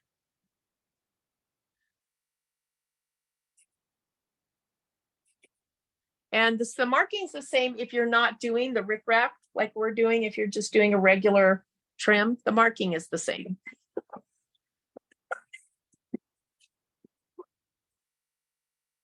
And actually, if you haven't cut your trim into 2 pieces, you can do your application the same as our rickrack. Okay, so 1 1/4 inches. If anybody is on a time crunch today and you need to leave, no worries. The video is recording. Again, I apologize, but I did want to be able to share a couple of things with you. All right. So I've got that marked now. All right, so I'm going to go ahead and replace my top thread here. I can take those 2 threads off. And I'm just going to use some sewing thread to sew my side seams together. You could use, I just feel like we need sewing thread in there if you've got it handy, because of the possibility that you might want to use it as a beach bag. So I'm still going to leave my bobbin thread in, but I'm just going to add some sewing thread at the top. I'm going to leave that 90 top stitch needle in. Doesn't matter. I sew with it a lot anyway, so it won't hurt anything for me anyway. Got some regular sewing thread. So our seam allowance, when we go to sew it together, our seam allowance is a 1/2 inch seam allowance. So right now, before you pin anything, you're just going to sew up one side. It does not matter which side you sew up, just sew up one side. So I'm going to go ahead and clip this together using my clips. And I'm going to also, at this point, I'm going to trim the excess fabric.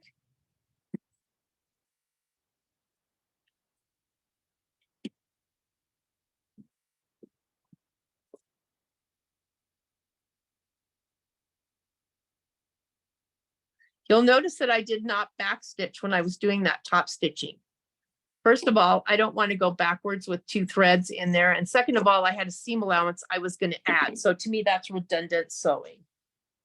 I do backstitch when I need to backstitch, and I will when I sew the side of the bag together. But in this case, it would have been, first of all, I had the 2 threads, which would influence what I did. And second of all, it's redundant. I don't have to backstitch because I'm going to sew it together now. And that will be with my stronger thread. All right, so I'm going to clip. First place I'm going to clip is I'm going to clip right here or pin or something right here, because this has to match. All right. Plus we're going to do a boxed corner on it. So that has to match. So I'm going to pin that. And I'm going to double check from the outside to make sure that I have it pinned correctly, that I get a nice match there. That's important. And then I'm going to take it up to the top and pin up here. So if you're not perfect in here, like, yeah, maybe I'm not perfect. That's okay. The way a sewing machine sews is if you put the end that's a little bit bigger down to the bed of the machine will actually help ease it in for you. So that's what I'm going to do. I'm putting 2 pins, one at the top to make sure that I match here, and one here to make sure that I match here. I just have a little bit of ease in there, and I know that the machine's going to actually bring that in for me. So I'm not going to worry too much about it.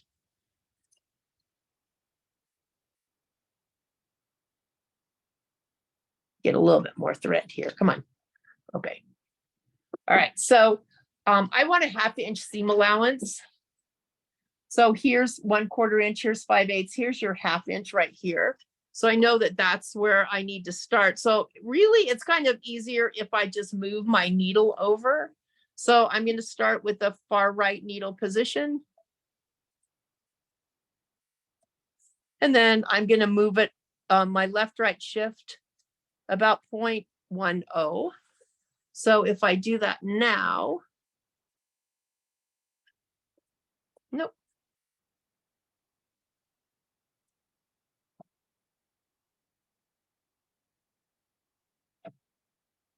All right, so you know that on your machine you have a setting.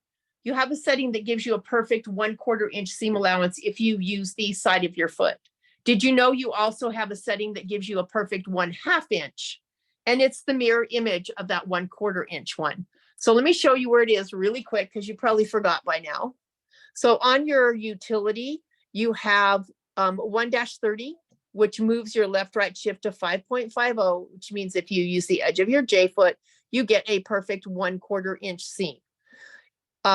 This 131 is down the center, not what I need. 132 moves it 1.5 in the other direction. So that means if you use the edge of your foot, you have a perfect 1/2 inch seam allowance. I don't need 2.0 though, so I'll go ahead and change this to 3 because it's canvas, and I'll backstitch if the machine will let me here. I might have to turn my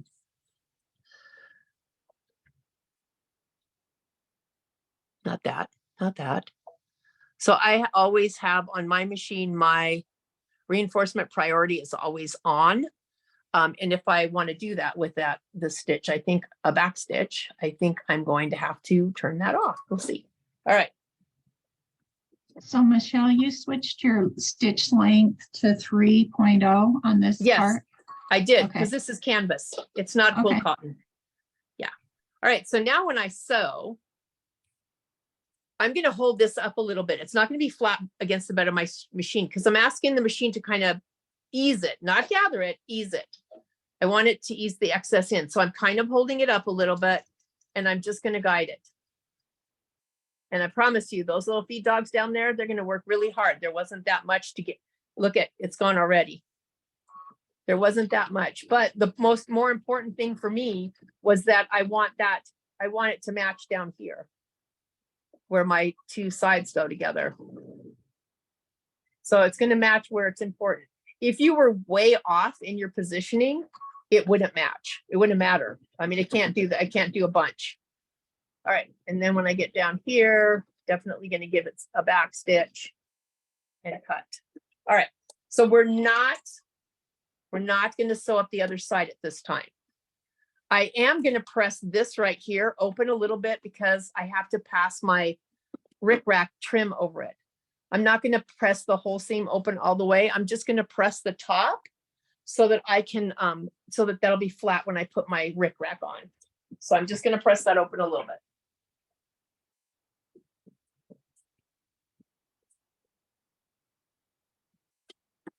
All right. So I'm going to move the camera over here so you get a wider view than the smaller camera. So bear with me while I do this so that I can, your ruffle should be ready to ruffle. Your rickrack should be ready to rock and roll. I don't know if I can. Yeah, I can. All right. So here's my placement lines. Here's my ruffle. I have 2 knots in the center here. So I'm going to ruffle from one side to the middle and then one side to the middle. Obviously, the middle needs to land somewhere where the seam allowance is, because that's what you have as far as your, and then you're just gonna pull. So just pull and go slow and easy. You don't want to break your threads.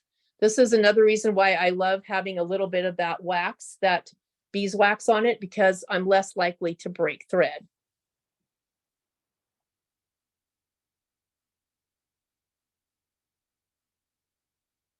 So when I pressed mine, I did it the same as what I did in the prep video.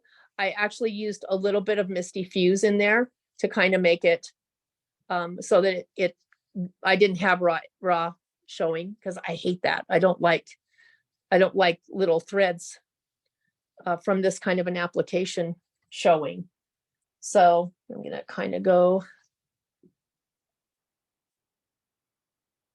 I'm moving it down the line here till it gets to the middle.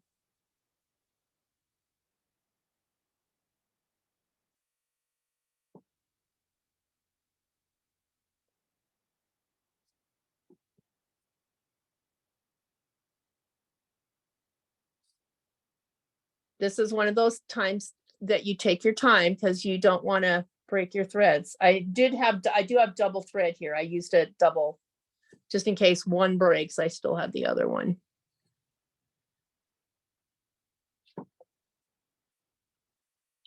All right, I'm getting towards the center. And you know, the reason that this works as well is if you like less gather in your rickrack, you can do it that way by having the 2 knots and you're pulling in opposite directions. This is the center. This is what's going to go on that seam line that we just did. And then the other is going to hang off the edge. So this allows you to use as much or as little. If you want more of a rickracky like that look, then maybe you're going to have some yardage left over at the other end.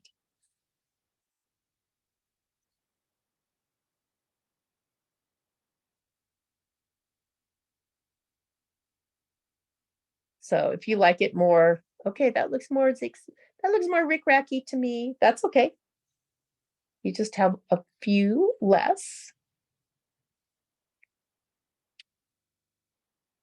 So I'm one of those more is better people.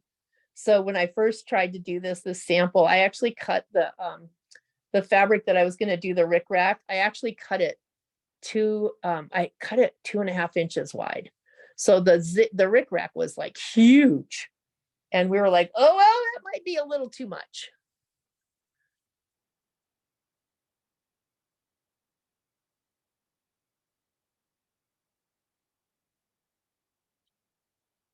All right, so I'm about even with the end of it now. So I'm going to move those over. I can always move and get rid of stuff at the other end.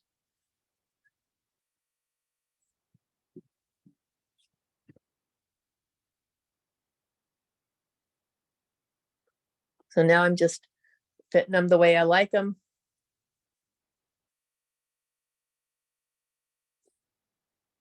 And I'm going to tie a knot at this end, just so that at this point, even if I move away, I want to have a stopper, I guess. I don't want it to go all the way off the edge. All right.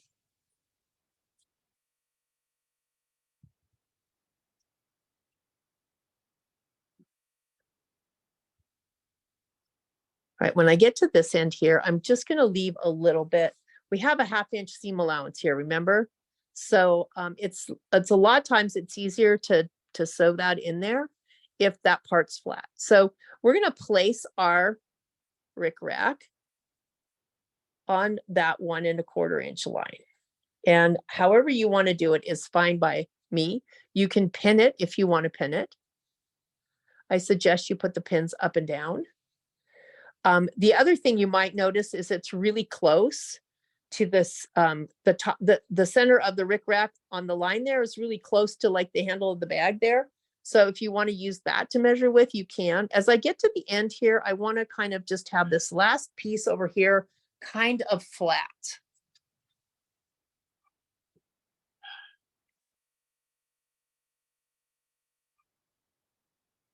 All right. The other thing that you can do is you can take some double-sided tape. This is just 1/8 of an inch thick. And I can set that down and it'll give me a place as I position it. It'll give me a place to actually stick it. So I don't have to have pins or anything. Usually pins get in my way. So if I can use double-sided tape, I do. And right now I'm only going to the seam line over here. So I'm going to stop with the double-sided tape there because I have to pull from the other direction to come up to that.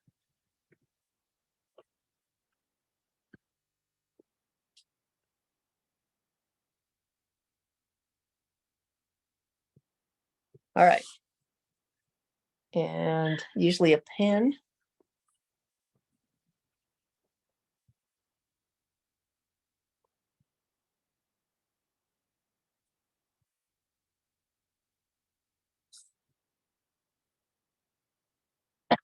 Pardon me. So I'm going to go ahead and start by just sticking it down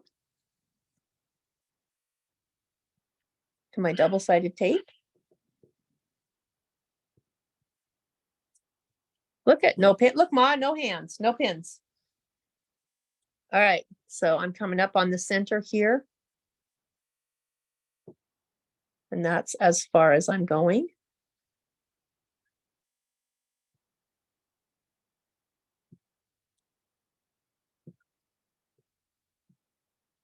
All right. So now I'm going to do the same thing from the other end. I'm going to start by grabbing that end and bringing all of that, gather all the way to the other end. Again, just be gentle. You can't really pull because you'll break your thread. That's never going to be fun. Nothing good comes of that.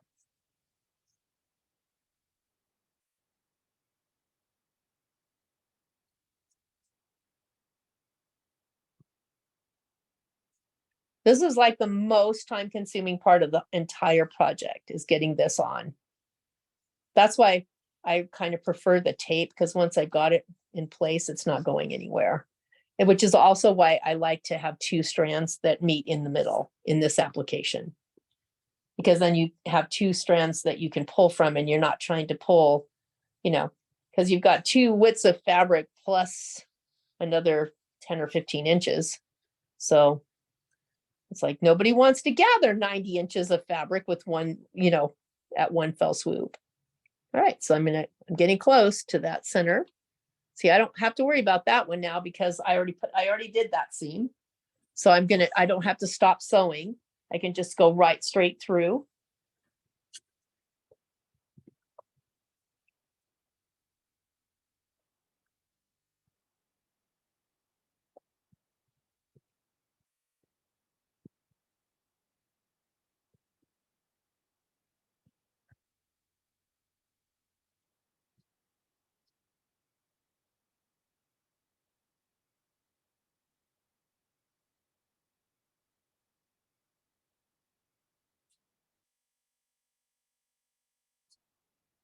All right.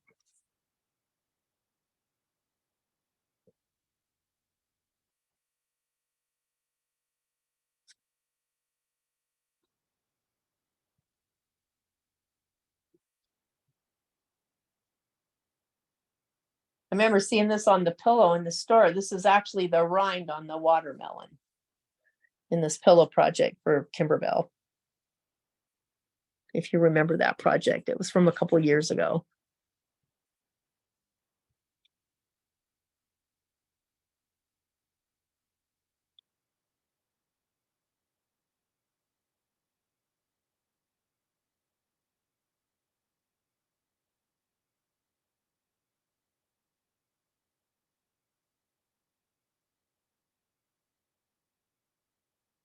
Okay, as I get this, I'm going to start taping it down.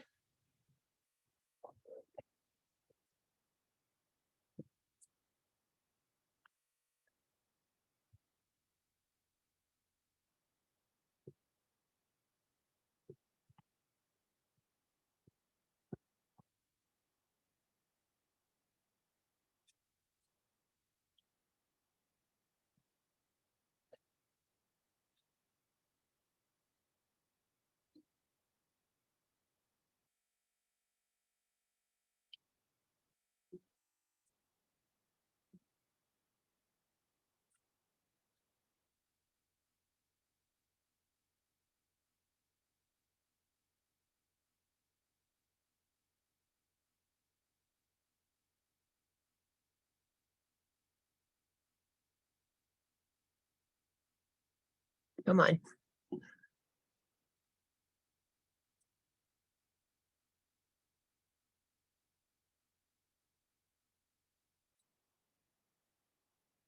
All right. Just continue. See, isn't that better than having to do 2 sections and having bulk at both seams? This way it's only on one side.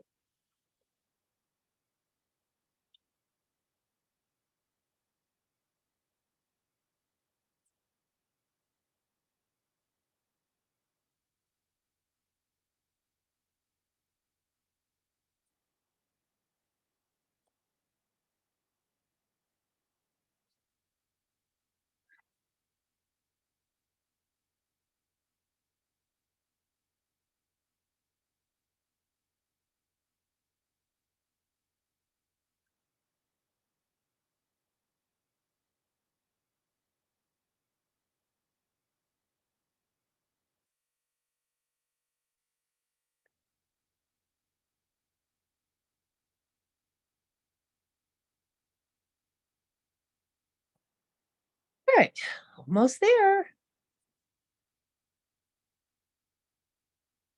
right, remember when I get to this end here, I want to make sure that I don't have a bunch of gathering right at the very end there, because this is going to be my seam allowance. So I want to leave it a little bit there. All right. I am going to sew this with lime green embroidery thread, the same color that I did my gathering in, so it kind of hides it. So I'm going to go ahead and switch the camera back now to the machine side. You could use a walking foot if you want. I'm not going to. I did it just with the J foot on the machine and the topper. So let me switch up over here. All right, so I'm going to take that white thread off. That was my construction thread for now.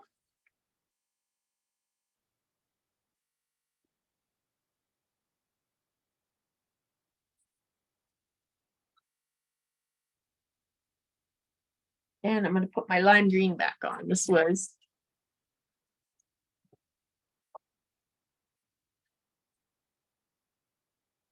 what I actually used to do the gatherings, my gathering stitch with, because it actually matched the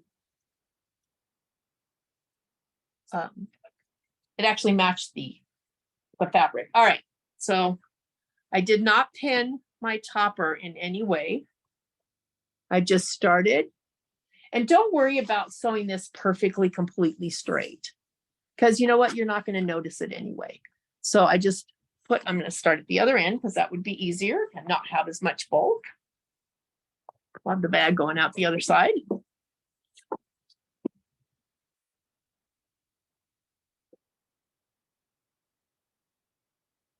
All right. Just going to put my topper on top of it. And let's see, did I thread yet? Nope. Always helps to thread the needle. And again, I'm using a longer stitch length. I'm not sewing anything together here, so I don't need a 2.5 or anything like that. I'm just using a 3. And I'm just going to feed it through. The topper is going to make it so that my my fabric doesn't hang up even where the gathers are. So I'm going to try and stay down the center, but the thread matches the rickrack, so it doesn't matter if I'm perfectly straight or not.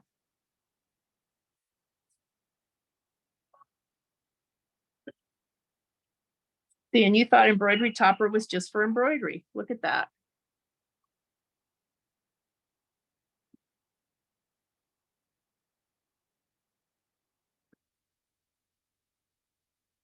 Now, when I get to the join seam, the side seam here, I'm going to go ahead and make sure that both of them are open still.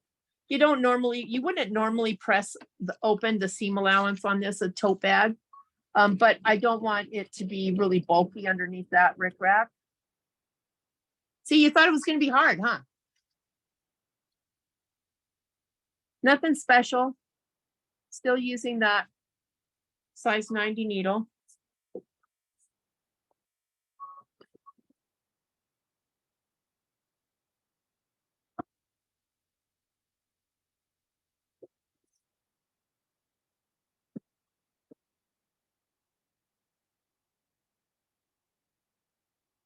Looks like I got short cheated a little bit, but that's all right. When I get to the end, it's going to be flat.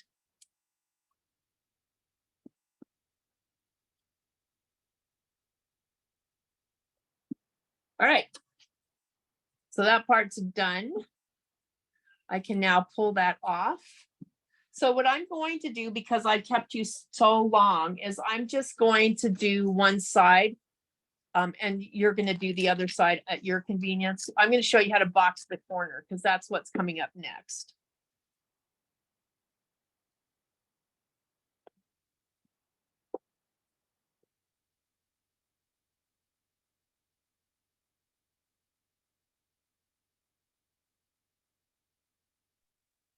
Okay, Michelle, so- yes, I have to leave, but I Yes. just wanted to know, I know you weren't including the lining in this, but can you do the lining with a serger and just serge all around?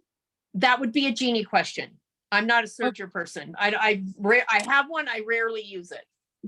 So Okay. I would say ask, but I think there's probably a tutorial up there somewhere on the website on how to do the lining. I think Jeannie's done one before. I would say just check. All right. Okay. Thank you very much. This was You're great. welcome. Okay, bye-bye. All right, so now what we're gonna do is we're gonna box these corners. So for you to finish, you're gonna sew this other side up the same as you did the one prior to it. You're gonna make sure that this matches here. Don't worry too much about your rickrack because the gathers will cover it. Make sure that you match here. Make sure that you match here, okay? Just like we did on the other side. You can leave it just as is if you don't want to box the corners. If you want to box the corners, you are going to measure,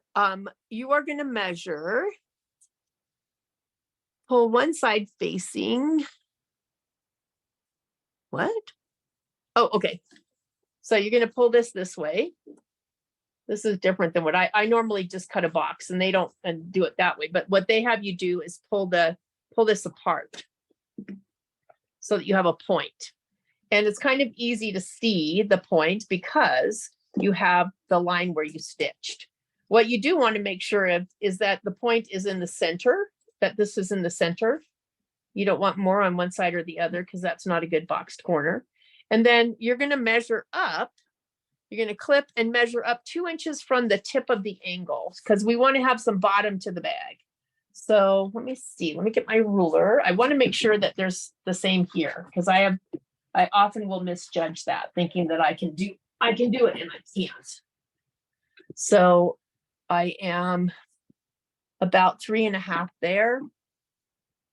And I am almost 4 here. See, so I'm not center. I'm going to move this over a little bit more. And let's see what I got now. From here to here, I'm about 3 3/4.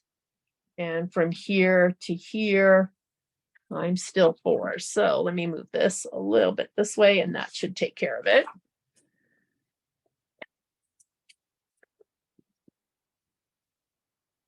Yes. All right. So now I want to measure it 2 inches up from the tip. And I like to get one of the lines of the ruler square with the seam that you just did. And you want to go 2 inches up from the tip. And then that's where you're going to actually sew. All right, so we're going to clip it together so it doesn't get away from us.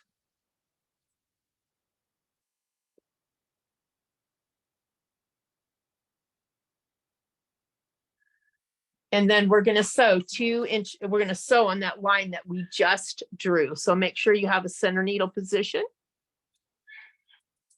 And I would personally go back to my sewing thread. Right now, I'm just trying to hurry so that I can get this done so that you can get on with your day since I took so much of your time. And it's unthreaded anyway, so I guess that's my cue that I should just go back to a sewing thread. So let me just go back. Again, I still have that 90 top stitch needle in. And again, this is canvas, so I'm using a 3.0 seam allowance.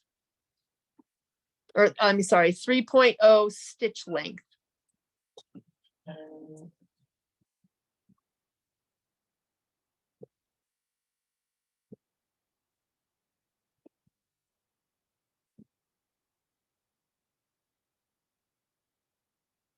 Definitely back stitching. And yes, I still have my bobbin thread in.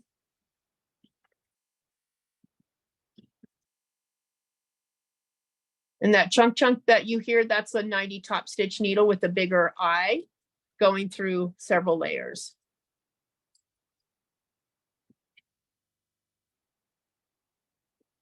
All right. Now that we've done that, we can take our scissors and trim it to 1/4 inch seam allowance. And then when you turn the bag right side out, you have this lovely boxed corner down here. Isn't that fun? You can also do it by cutting a square instead of just folding it that way. All right, so there's your boxed corner. Ladies, thank you so much for hanging with me. I hope you had a good time. I hope you learned some fun stuff that you didn't know before. I'm going to go ahead and finish stitching this really quickly, but the side would be the same as we did prior. So I'm going to go ahead and pin this so it matches over here. Coming together, pin the other side, and then do my 1/2 inch seam allowance.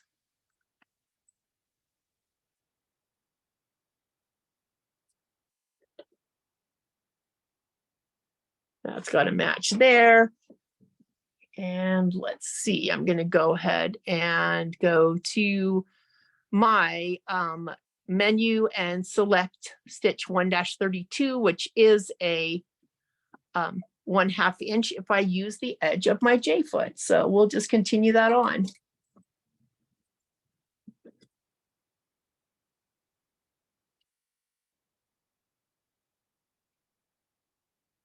And just kind of lifting a little bit as I stitch so that anything that's needs to be gathered, or not gathered, but eased in, any extra space on the bottom. Again, if you find yourself with just a little bit of extra space on one side or the other of your seam, and you've got important things to match, like the fabric that we put on in the top handles, you put the larger size. If you've got some excess that you need to ease in, you put that larger size down towards the bed of your machine. Other than that, you just sew as normal, just lift it up occasionally and the feed dogs grab a little bit of extra fabric and you never notice it. You won't see gathering or anything else.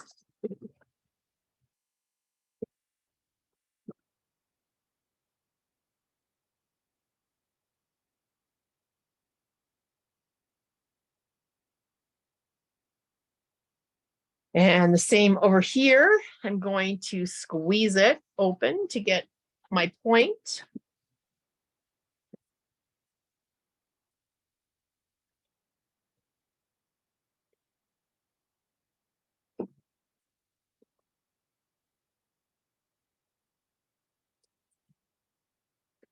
And again, measuring because I'm not so good. Not as good as I think at eyeballing stuff.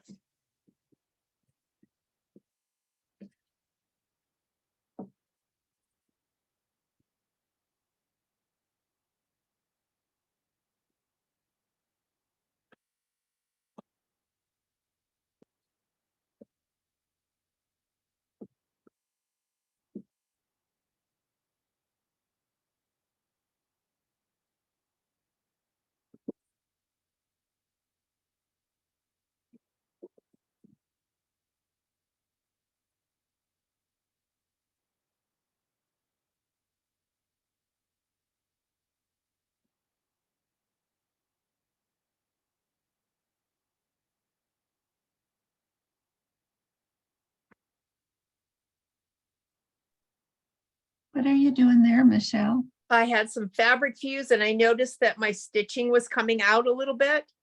So okay. Since it's just a sample that I'll never use, I'm not going to go back. If I was going to be using this, I would go back and mend that. In other words, run a few more top stitching over it.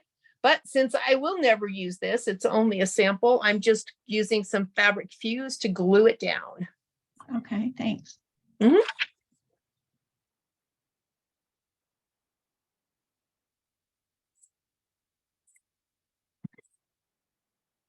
Hmm.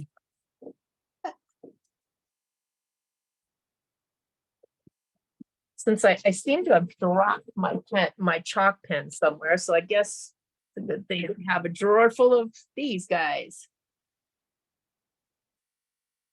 I rarely use these. I don't know why.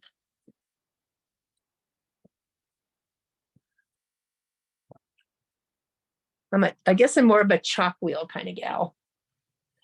I do have them. I mean, when I do use them, I'm like, oh yeah, I have these. I should use them.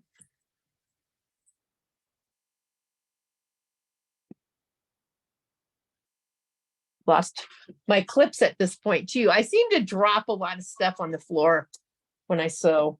So I go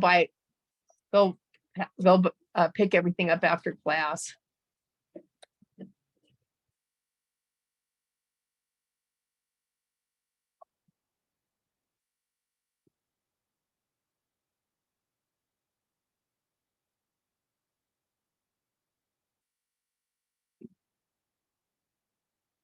All righty. Done and done, ladies. Good job. All right, so let's see what we got.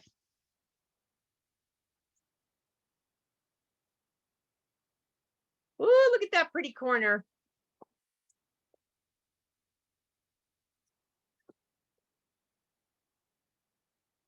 Give it a shake here. There we go. I think the rickrack trim puts it over the top as a beach bag.